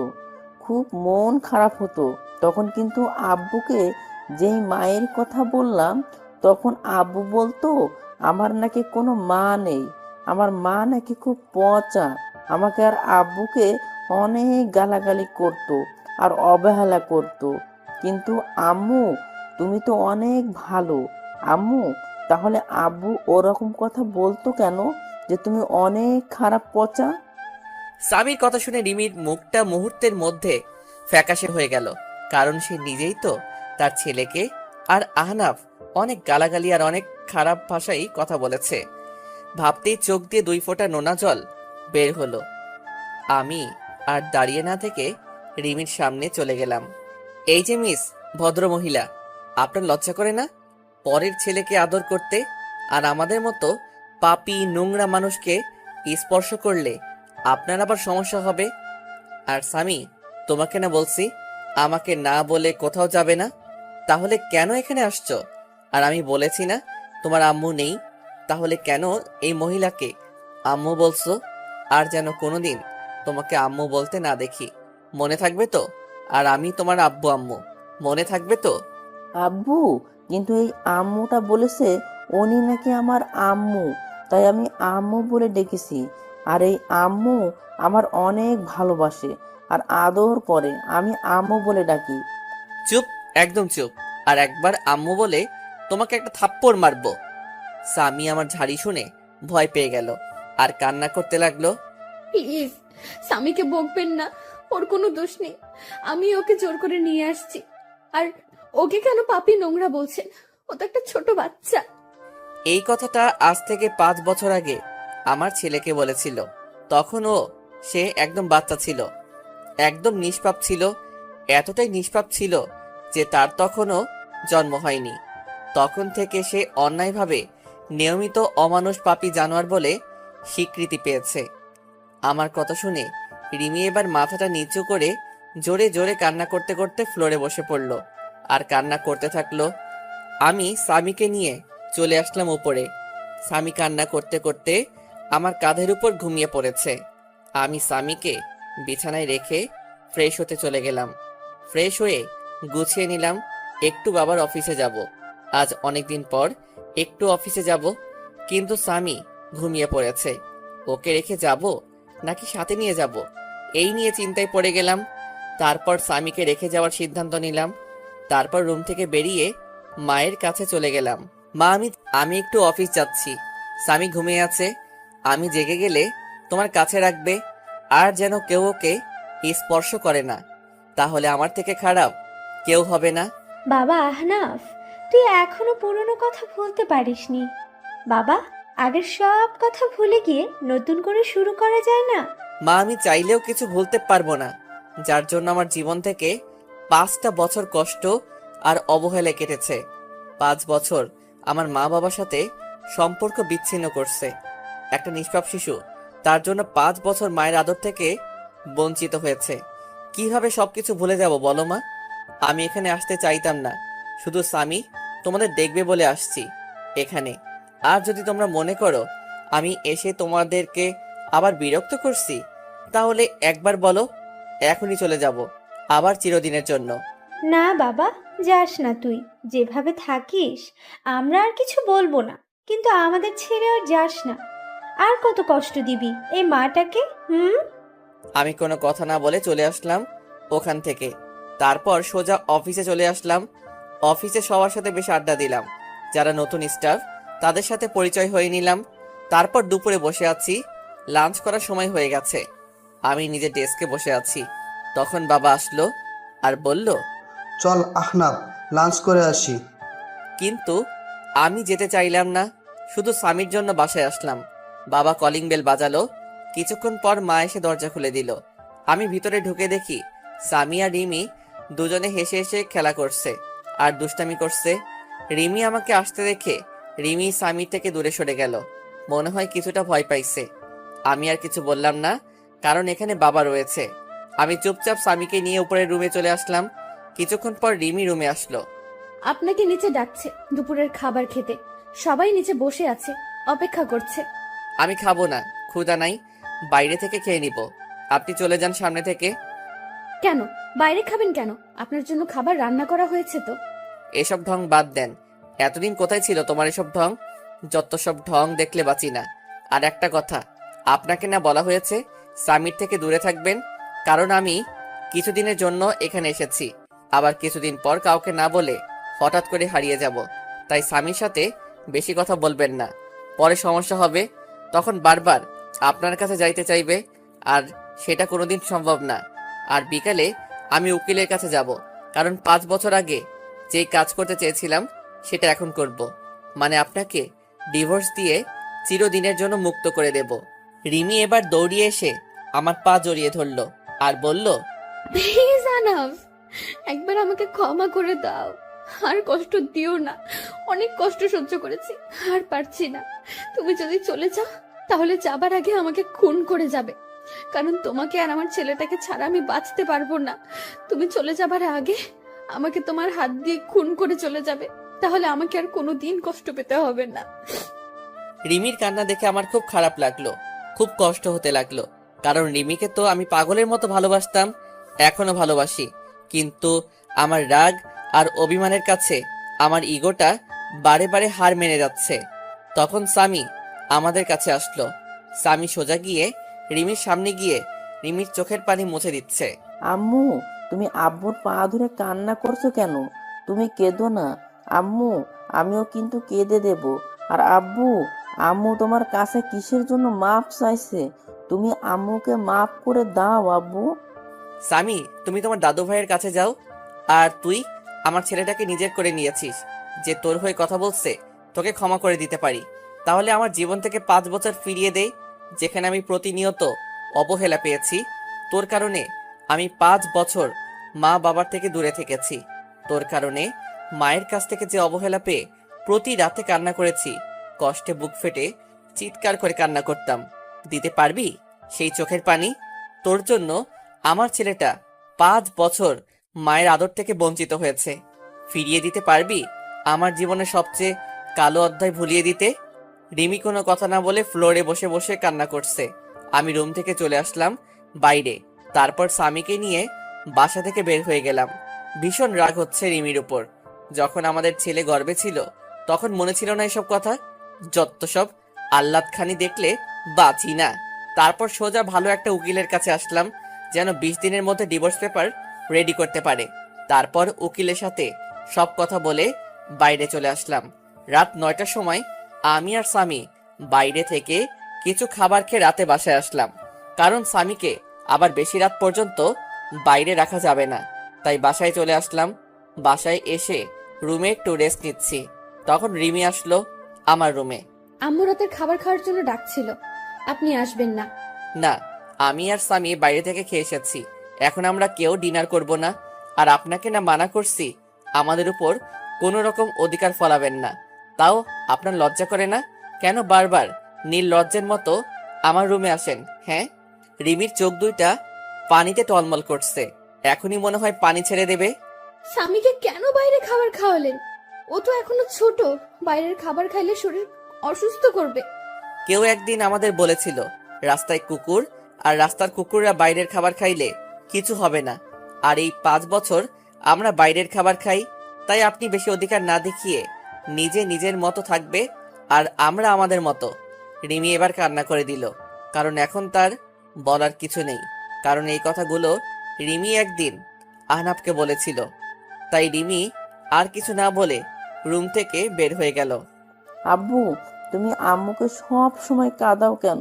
তুমি জানো না আব্বু আম্মু আমাকে অনেক আদর করে, নিজের হাতে খাইয়ে দেয়, জড়িয়ে অনেক আদর করে আমায়। আব্বু, আমরা এখানে সারা জীবন থাকতে পারি না, আর দাদু ভাইটা অনেক ভালো, খুব আদর করে আমাকে। না আব্বু, আমরা এখানে থাকবো না। যদি এখানে থাকি তাহলে তোমার কাছ থেকে আমাকে আবার আলাদা করে দেবে। আর তুমি কি চাও বাবা যে আমি তোমার কাছ থেকে দূরে সরে যাই? না আব্বু, তুমি আমাকে রেখে চলে যেও না, আমি তোমার কাছেই থাকবো। কিন্তু আমরা যে কদিন এখানে আসি সে কয়দিনে আমি আম্মুর কাছে একটু আদর পেয়ে নিই। আমি স্বামীর কথা ভেবে কি বলবো কিছু বুঝতে পারছি না।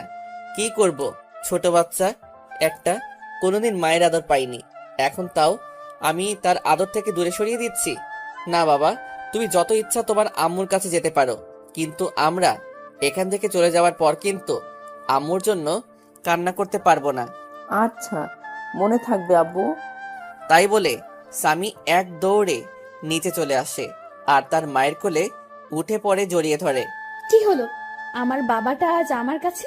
কি ব্যাপার? তোমার আব্বু দেখলে যে আমাকে খুব বকবে। না আম্মু, আব্বু বকবে না, আব্বুই তো তোমার কাছে আসতে বললো, আর তোমার কাছে থেকে যেন আদরগুলো নিয়ে নিই। স্বামীর কথা শুনে রিমি স্বামীকে জড়িয়ে ধরে বেশ কয়েকটা চুমু দিল।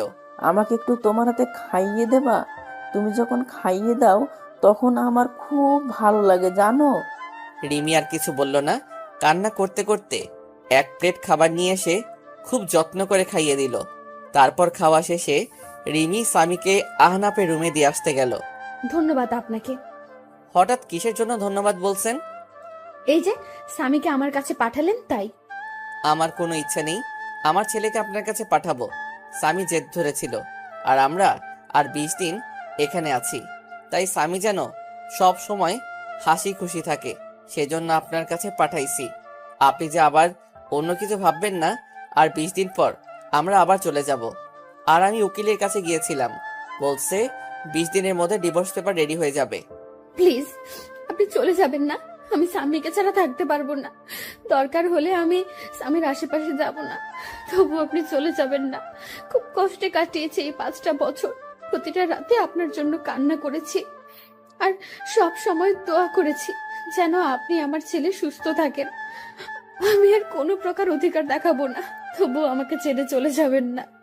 আমি আর কোনো কথা না বলে ছাদে চলে আসলাম। এসে রিমির বলা কথাগুলো ভাবছি আর সিগারেট টানছি।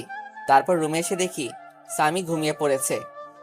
রিমি স্বামী পাশে শুয়ে স্বামীর মাথায় হাত বুলিয়ে দিচ্ছে। আমি রুমে আসার পরই রিমি বিছানা থেকে দাঁড়িয়ে গেল। এখন যাও, অনেক রাত হয়ে গেছে, ঘুমিয়ে পড়ো। আমি কি আজ স্বামীর পাশে ঘুমাতে পারি? প্লিজ মানা করবেন না। আপনি তো আমাকে ছেড়ে চলে যাবেন, শুধু এই কয়টা দিন আমাকে থাকতে দিন স্বামীর পাশে, আর তারপরে হয়তো আর কোনোদিন থাকা হবে না। যেখানে নিজের ছেলেকে আদর করতে পারমিশন নিতে হয় সে জীবন রেখে আর লাভ নেই। কি বলছেন? আমি তো একটা জানোয়ার, আর জানোয়ারের সাথে রাতে থাকতে পারবেন যদি আপনার দুর্বলতার সুযোগ নেই? আর আপনিই তো একদিন বলেছিলেন আমাকে। পুরোনো কথা বলবেন না, খুব কষ্ট হয় পুরোনো কথা মনে করলে, যা আমার মনটাকে তিলে তিলে শেষ করে দিয়েছে। আপনার কোনো সমস্যা না হলে থাকতে পারেন। রিমি স্বামীর পাশে শুয়ে পড়ল, আর আমি সোফায় শুতে যাব।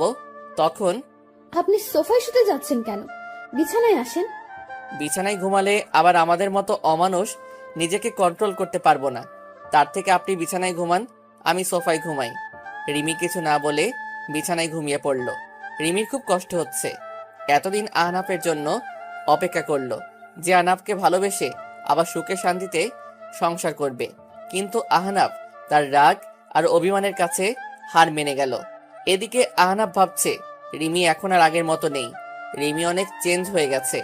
সব সময় আমার পাশে থাকতে চাই, কিন্তু আমি আসতে দেই না। রিমি মনে হয় আমাকে ভালোবাসে, অনেক ভালোবাসে হয়তো। পরের দিন আমার একটু তাড়াতাড়ি ঘুমটা ভেঙে গেল। আমি বিছানার দিকে তাকিয়ে দেখি স্বামী রিমিকে জড়িয়ে ধরে ঘুমিয়ে আছে। রিমির চোখ দুটো ফুলে আছে, মনে হয় সারা রাত কান্না করেছে। চুলগুলো এলোমেলোভাবে রিমির মুখের উপর আছে। খুব মায়াবী লাগছে রিমিকে। আর স্বামী যেন মনে হয় সব থেকে বেশি খুশি, কারণ স্বামী তার মায়ের বুকে পরম যত্নে ঘুমিয়ে আছে। খুব ভালো লাগছে দেখে মা ছেলের ঘুমন্ত চেহারা। আমি বাথরুমে ঢুকলাম ফ্রেশ হয়ে এসে দেখি স্বামী আর রিমি দুজনে দুষ্টামি করছে। আমাকে দেখে রিমি চুপ হয়ে গেল। আমি বাইরে বের হয়ে আসলাম। বাইরে থেকে হালকা নাস্তা করে বাসায় চলে আসলাম। বাসায় এসে দেখি রিমি, মা আর স্বামী তিনজনে বসে বেশ আড্ডা দিচ্ছে। বাবা আহনাফ, সকালে নাস্তা না করে কোথায় গিয়েছিলি? বাইরে গিয়েছিলাম নাস্তা করতে, তাই দেরি হয়ে গেল। বাইরে কেন নাস্তা করবি? আমি তো তোর জন্য নাস্তা তৈরি করেছি। এই বাড়িতে আমার জন্য আবার নাস্তা তৈরি হলো কবে থেকে? এমন করে কেন বলছিস বাবা?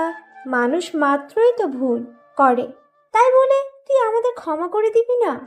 আমি সবাইকে ক্ষমা করে দিয়েছি। আর বাইরের খাবার খেয়ে অভ্যাস হয়ে গেছে, তাই বাসার খাবার ভালো লাগে না। আমি এই বলে রুমে চলে আসলাম। এইভাবে কেটে গেল 20 দিন।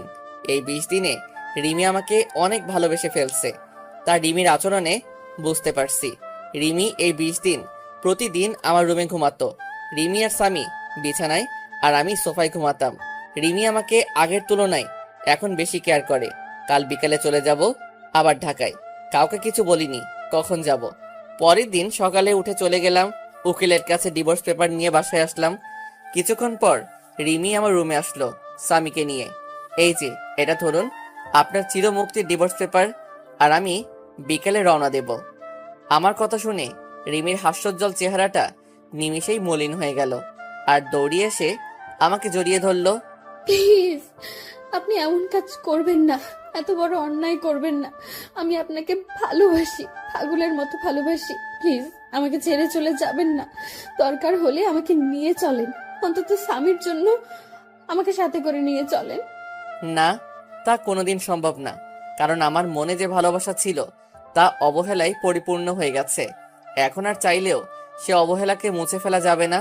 আমি আপনার পায়ে ধরি, আমাকে রেখে যাবেন না। খুব ভালোবাসি আপনাকে, স্বামীকে। স্বামীকে আমার কাছ থেকে দূরে সরিয়ে দেবেন না।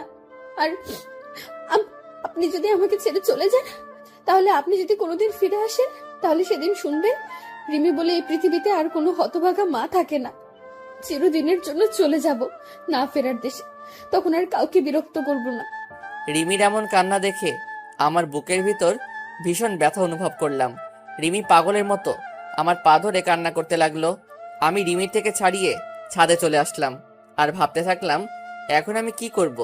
একদিকে রিমির ভালোবাসা, অন্যদিকে মা বাবা আর স্বামীকে তার মায়ের থেকে বঞ্চিত করা। কি করব কিছুই ভেবে পাচ্ছি না। আর যদি রিমি সত্যি সত্যি কিছু করে ফেলে, তখন স্বামীকে কি উত্তর দেব? সারা জীবন স্বামীর কাছে অপরাধী হয়ে থাকবো। আমি আর কিছু ভাবতে পারছি না। ব্যাগপত্র গুছিয়ে বাস স্ট্যান্ডে চলে আসলাম। আসার সময় মা আর রিমি পাগলের মতো কান্না করছিল। কাউকে ছেড়ে আসতে ইচ্ছে করছিল না। বাসের জন্য বাস স্ট্যান্ডে বসে আছি, তখন হঠাৎ করে ফোনটা বেজে উঠলো। ফোন হাতে নিয়ে দেখি বাবার নাম্বার। আমি ফোনটা রিসিভ করলাম। তারপর বাবা যা বলল সেটা শোনার জন্য আমি কোনো আশা করিনি। বাবা আহনাফ, তুই যেখানে থাকিস তাড়াতাড়ি হাসপাতালে চলে আয়। কেন বাবা, কি হয়েছে? মায়ের কি কোনো কিছু হয়েছে? না, তুই চলে যাওয়ার রিমি পাগলের মতো চিৎকার করে কান্না করছিল। তারপর রিমি দৌড়ে তার রুমে গিয়ে দরজা আটকিয়ে দেয়। রিমি আত্মহত্যার চেষ্টা করছিল। তুই তাড়াতাড়ি হাসপাতালে চলে আয়। তাই বলে বাবা ফোন কেটে দিল। আমি বাবার কথা শুনে বাস স্ট্যান্ডে একটা বেঞ্চে বসে পড়লাম। রিমি সেদিন বলেছিল যে আমি যদি চলে যাই তাহলে সে এই পৃথিবী থেকে চিরদিনের জন্য চলে যাবে, কিন্তু আমি রিমির কথা বেশি একটা গুরুত্ব দেইনি। রিমির কথা ভাবতে ভাবতে চোখ দিয়ে কয়েক ফোঁটা পানি বের হলো। আমি তাড়াতাড়ি ব্যাগ নিয়ে আমি আর স্বামী সোজা হাসপাতালে চলে আসলাম। হাসপাতালে এসে দেখি মা আর বাবা বসে আছে। আমি যাওয়া মাত্রই মা আমাকে একটা ঠাস করে চড় মারলো। তোর জন্য মেয়েটা আর কত কষ্ট পাবে, তুই এত পাষাণ কিভাবে হলি? এখন তোকে আমার ছেলে বলতেও ঘৃণা করছে। একজন মায়ের কাছ থেকে তুই তার বাচ্চা নিয়ে দূরে চলে গেছিস। তুই জানিস এটা কোনো মা সহ্য করতে পারবে না। মেয়েটা প্রতি রাতে তোর জন্য কত কান্না করেছে জানিস?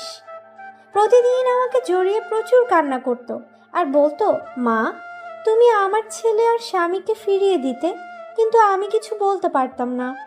আজ যদি আমার মেয়েটার কিছু হয়ে যায় তাহলে চিরদিনের জন্য আমাকেও হারাতে হবে। আমি মায়ের কথা শুনে মাথা নিচু করে কান্না করছি। প্রচুর কষ্ট হচ্ছে রিমির এই অবস্থা দেখে। আজ যদি রিমির কিছু হয়ে যায় তাহলে আমি সারা জীবনে নিজেকে ক্ষমা করতে পারবো না। আর স্বামীকে কি বলবো আমার জন্য তার এই পৃথিবী থেকে চলে গেছে। খুব কান্না পাচ্ছে, বাবাকে জড়িয়ে কান্না করতে থাকলাম। কিছুক্ষণ পর ডাক্তার বের হয়ে আসলো। আমি দৌড়িয়ে ডাক্তারের কাছে গেলাম। ডাক্তার, আমার রিমি এখন কি রকম আছে? কি হলো ডাক্তার সাহেব, কথা বলছেন না কেন? কি হয়েছে আমার রিমির? দেখুন, আমরা আমাদের বেস্ট চেষ্টা করছি, কিন্তু জ্ঞান না ফেরা পর্যন্ত কিছু বলতে পারছি না। আমি কি একটু দেখা করতে পারি রিমির সাথে? না, এখন দেখা করা সম্ভব না। জ্ঞান ফিরলে কেবিনে দেওয়া হবে, হলেই তখন দেখা করতে পারবেন। আমি স্বামীকে জড়িয়ে ধরে কান্না করে দিলাম। আমি যদি রিমিকে মেনে নিতাম তাহলে আজ এই দিনটা দেখতে হতো না। আজ আমি আমার অভিমান আর ইগোর জন্য রিমিকে চিরতরে হারিয়ে ফেলবো। না, এ হতে পারে না। রিমি আমাকে ছেড়ে চলে যেতে পারে না। আমি আস্তে আস্তে মায়ের কাছে গেলাম। মায়ের সামনে হাঁটু গেড়ে বসে পড়লাম। মা, আমাকে তুমি ক্ষমা করে দাও। আজ আমার জন্য রিমির এই অবস্থা। খুব কষ্ট হচ্ছে মা। মা, তুমি রিমিকে বলো তোমার স্বামী তোমার কাছে চলে এসেছে। তুমি রিমিকে উঠতে বলো মা। মা আমার মাথায় হাত বুলিয়ে দিয়ে বলল, কিচ্ছু হবে না তোর। রিমির দেখিস সব ঠিক হয়ে যাবে। এভাবে কান্না করিস না, শক্ত হ বাবা। 17 ঘন্টা পর রিমির জ্ঞান ফিরল আর রিমিকে পাশের একটা কেবিনে শিফট করলো। তারপর ডাক্তার সাহেব আমাদের একজন একজন করে দেখা করতে গেল। প্রথমে মা দেখা করতে গেল। কিছুক্ষণ পর মা বের হয়ে আসলো। তারপর আমি আর স্বামী গেলাম রিমির কাছে। রিমি আমাকে দেখে মুখ অন্যদিকে ঘুরিয়ে নিল। আমি গিয়ে রিমির একটা হাত আমার হাতের মুঠোয় মধ্যে করে শক্ত করে ধরলাম। তুমি চিরদিনের জন্য চলে যেতে চাইছিলা, তাই না? তুমি চলে গেলে তোমার ছেলের মা হবে কে? তোমার ছেলেকে আদর করবে কে? তুমি চলে গেলে স্বামী মা বলে কাকে ডাকবে?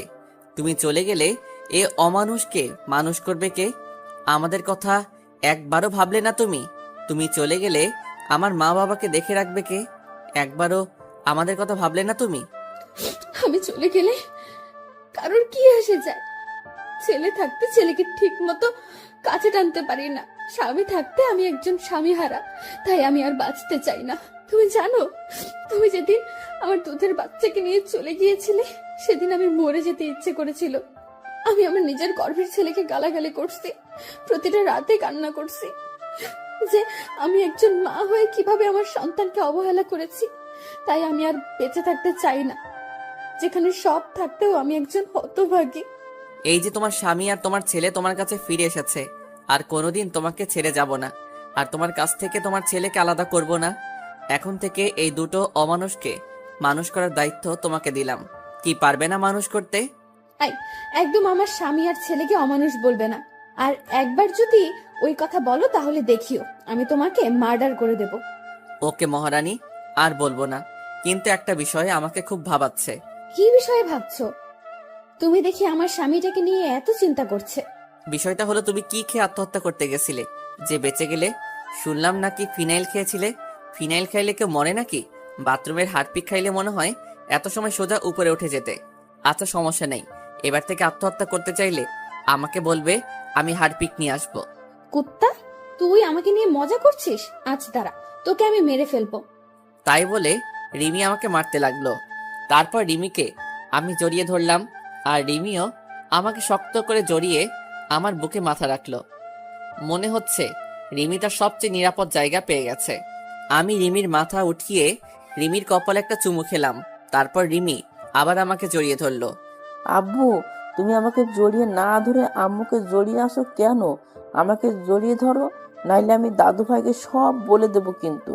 তারপর রিমি আমাকে ছেড়ে দিয়ে স্বামীকে কোলে তুলে নিয়ে পাগলের মতো দুই গালে, কপালে, নাকে ইচ্ছে মতো চুমু খেতে লাগলো। আমি মা ছেলের ভালোবাসা দেখছি। তারপর রিমি আমার দিকে হাত বাড়িয়ে দিল। তারপর রিমি এক পাশে স্বামীকে জড়িয়ে ধরলো আর আমাকে অন্য পাশে জড়িয়ে ধরে রিমি কান্না করে দিল।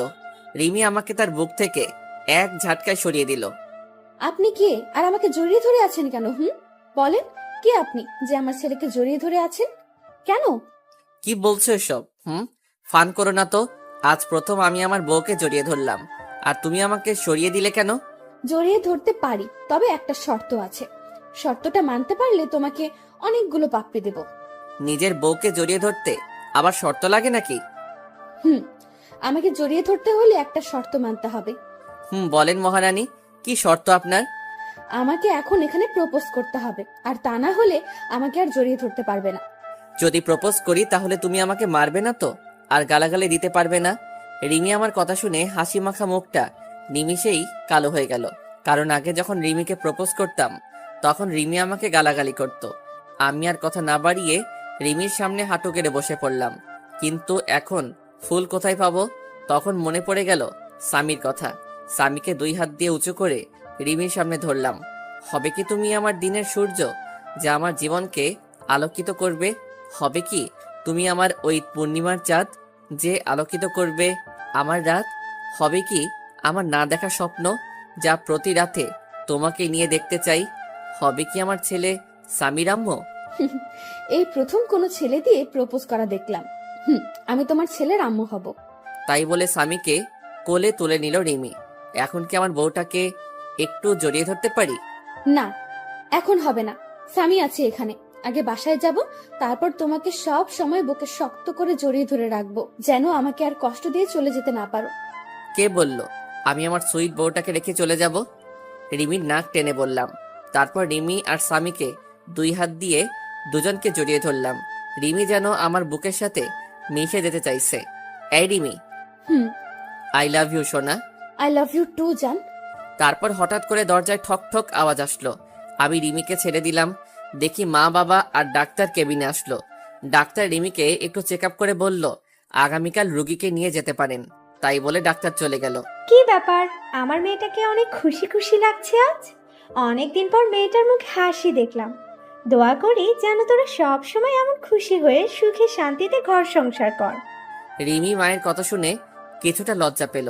কিছুক্ষণ পর একটা মহিলা এসে রিমিকে জড়িয়ে ধরে কান্না করে দিল। রিমিও সেই মহিলাকে জড়িয়ে ধরে অঝোর ধারায় কান্না করে দিল। আমি আস্তে আস্তে বাবার কাছে গেলাম। বাবা, এই মহিলাটা আবার কে? একে তো কোনোদিন দেখিনি। আরে বলদের বাচ্চা বলদ, এটা রিমির মা, তোর একমাত্র শাশুড়ি আম্মা হয়। কি? আগে বলবে তো যে ইনি আমার শাশুড়ি হয়। আসলে রিমির মাকে কোনোদিন দেখিনি, তাই চিনতে পারছি না। আমি তাড়াতাড়ি গিয়ে রিমির মার পা ধরে সালাম করলাম। রিমির মা আমাকে দেখে কান্না করে দিল। তারপর কিছুক্ষণ গল্প করে সবাইকে বাসায় পাঠিয়ে দিলাম। মায়ের সাথে স্বামীকেও বাসায় পাঠিয়ে দিলাম। আমি সারা রাত রিমির পাশে থাকবো, তাই সবাইকে বাসায় পাঠিয়ে দিলাম। এই, তোমার ক্ষুধা পেয়েছে না?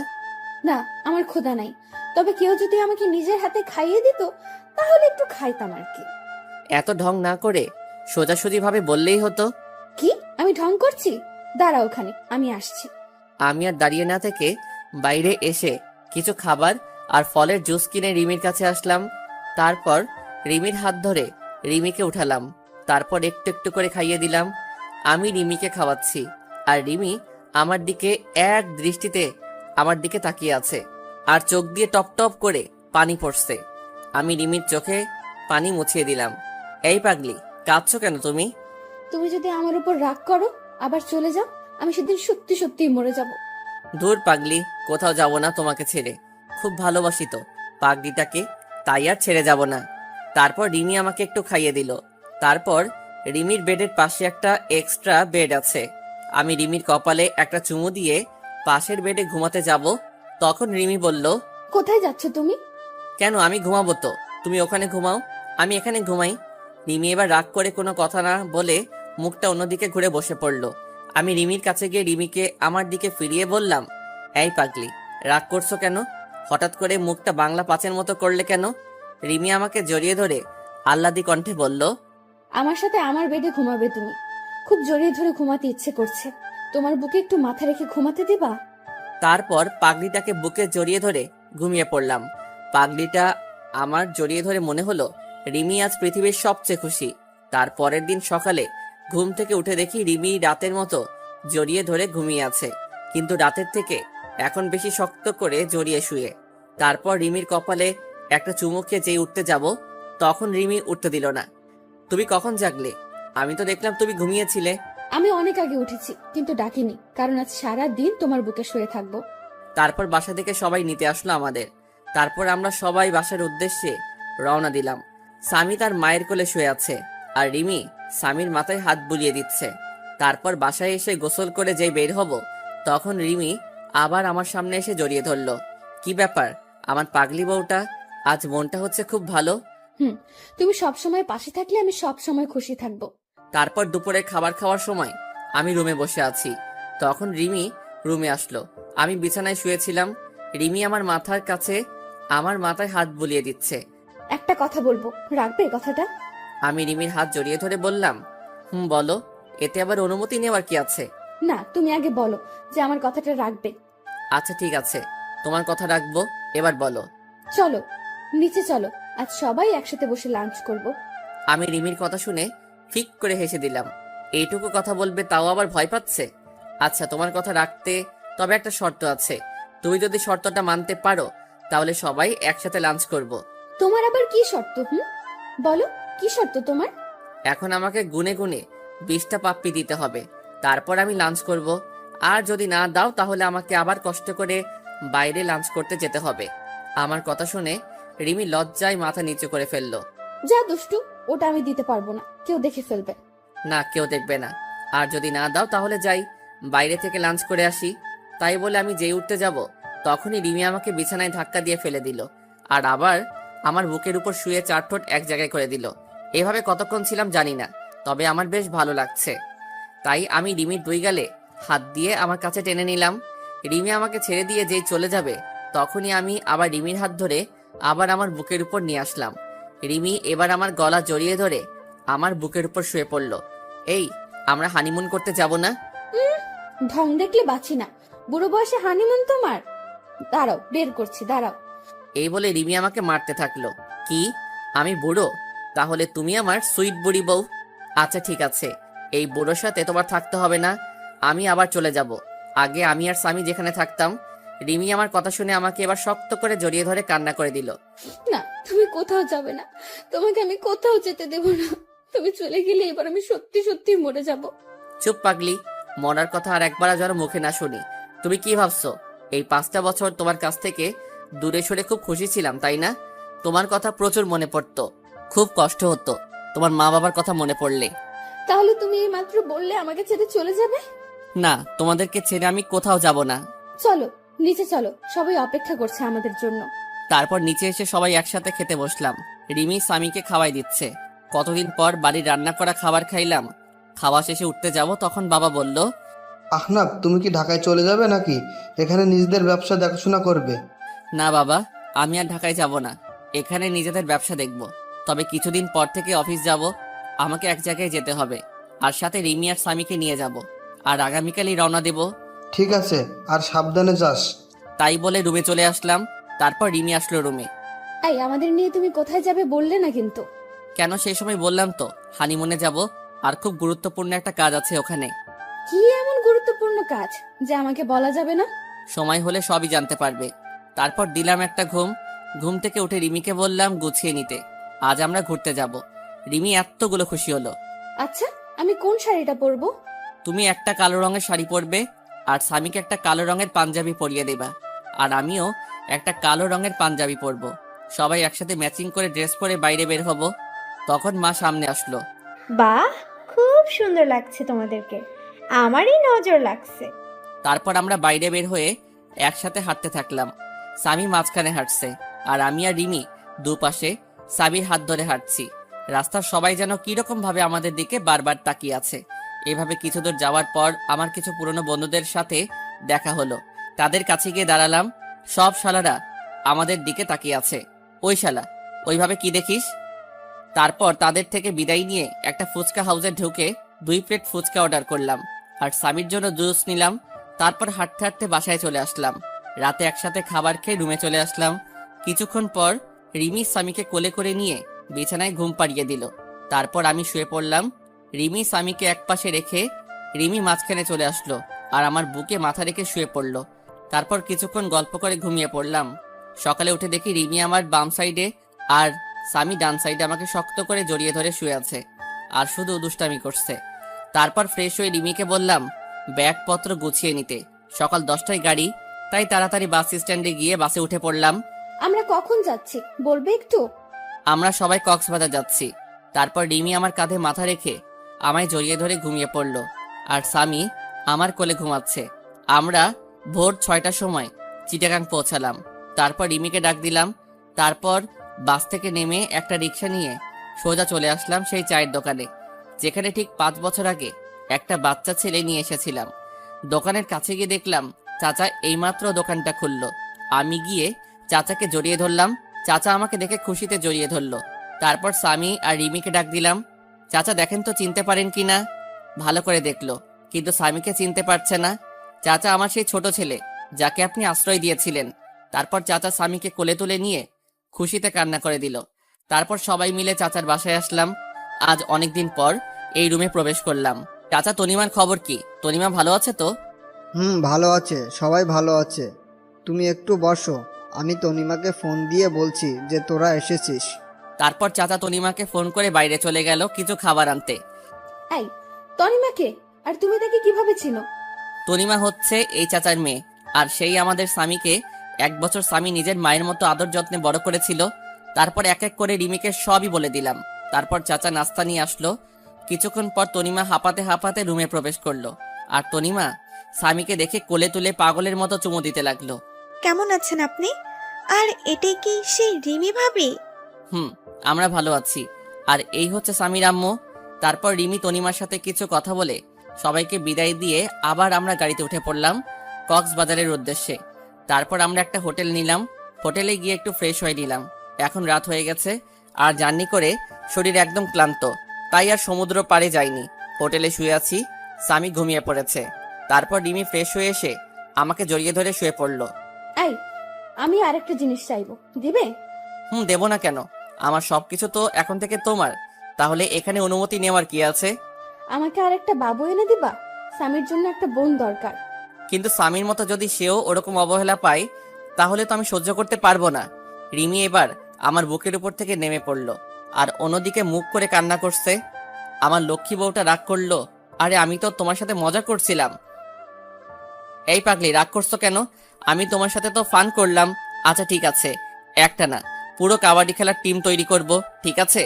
রিমি এবার আমার দিকে ফিরে বলল, প্লিজ তুমি আর পুরনো কথা বলবে না, খুব কষ্ট হয় সেই পুরনো কথা মনে পড়লে। আর কখনো বলবে না ওইসব কথা। এবার আমি রিমিকে টেনে নিয়ে জড়িয়ে ধরলাম। আচ্ছা স্বামীর জন্য একটা বোন নিয়ে আসতে হলো তো অনেক পরিশ্রম করতে হবে। যা দুষ্টু, তোমার কোনো লজ্জা নেই। পাঠক পাঠিকারা তো সব দেখে ফেলবে।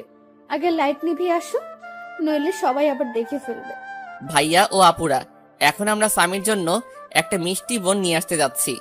আপনারা এবার চোখ বন্ধ করেন, নইলে আবার আমার পাগলি বউটা লজ্জা পাচ্ছে।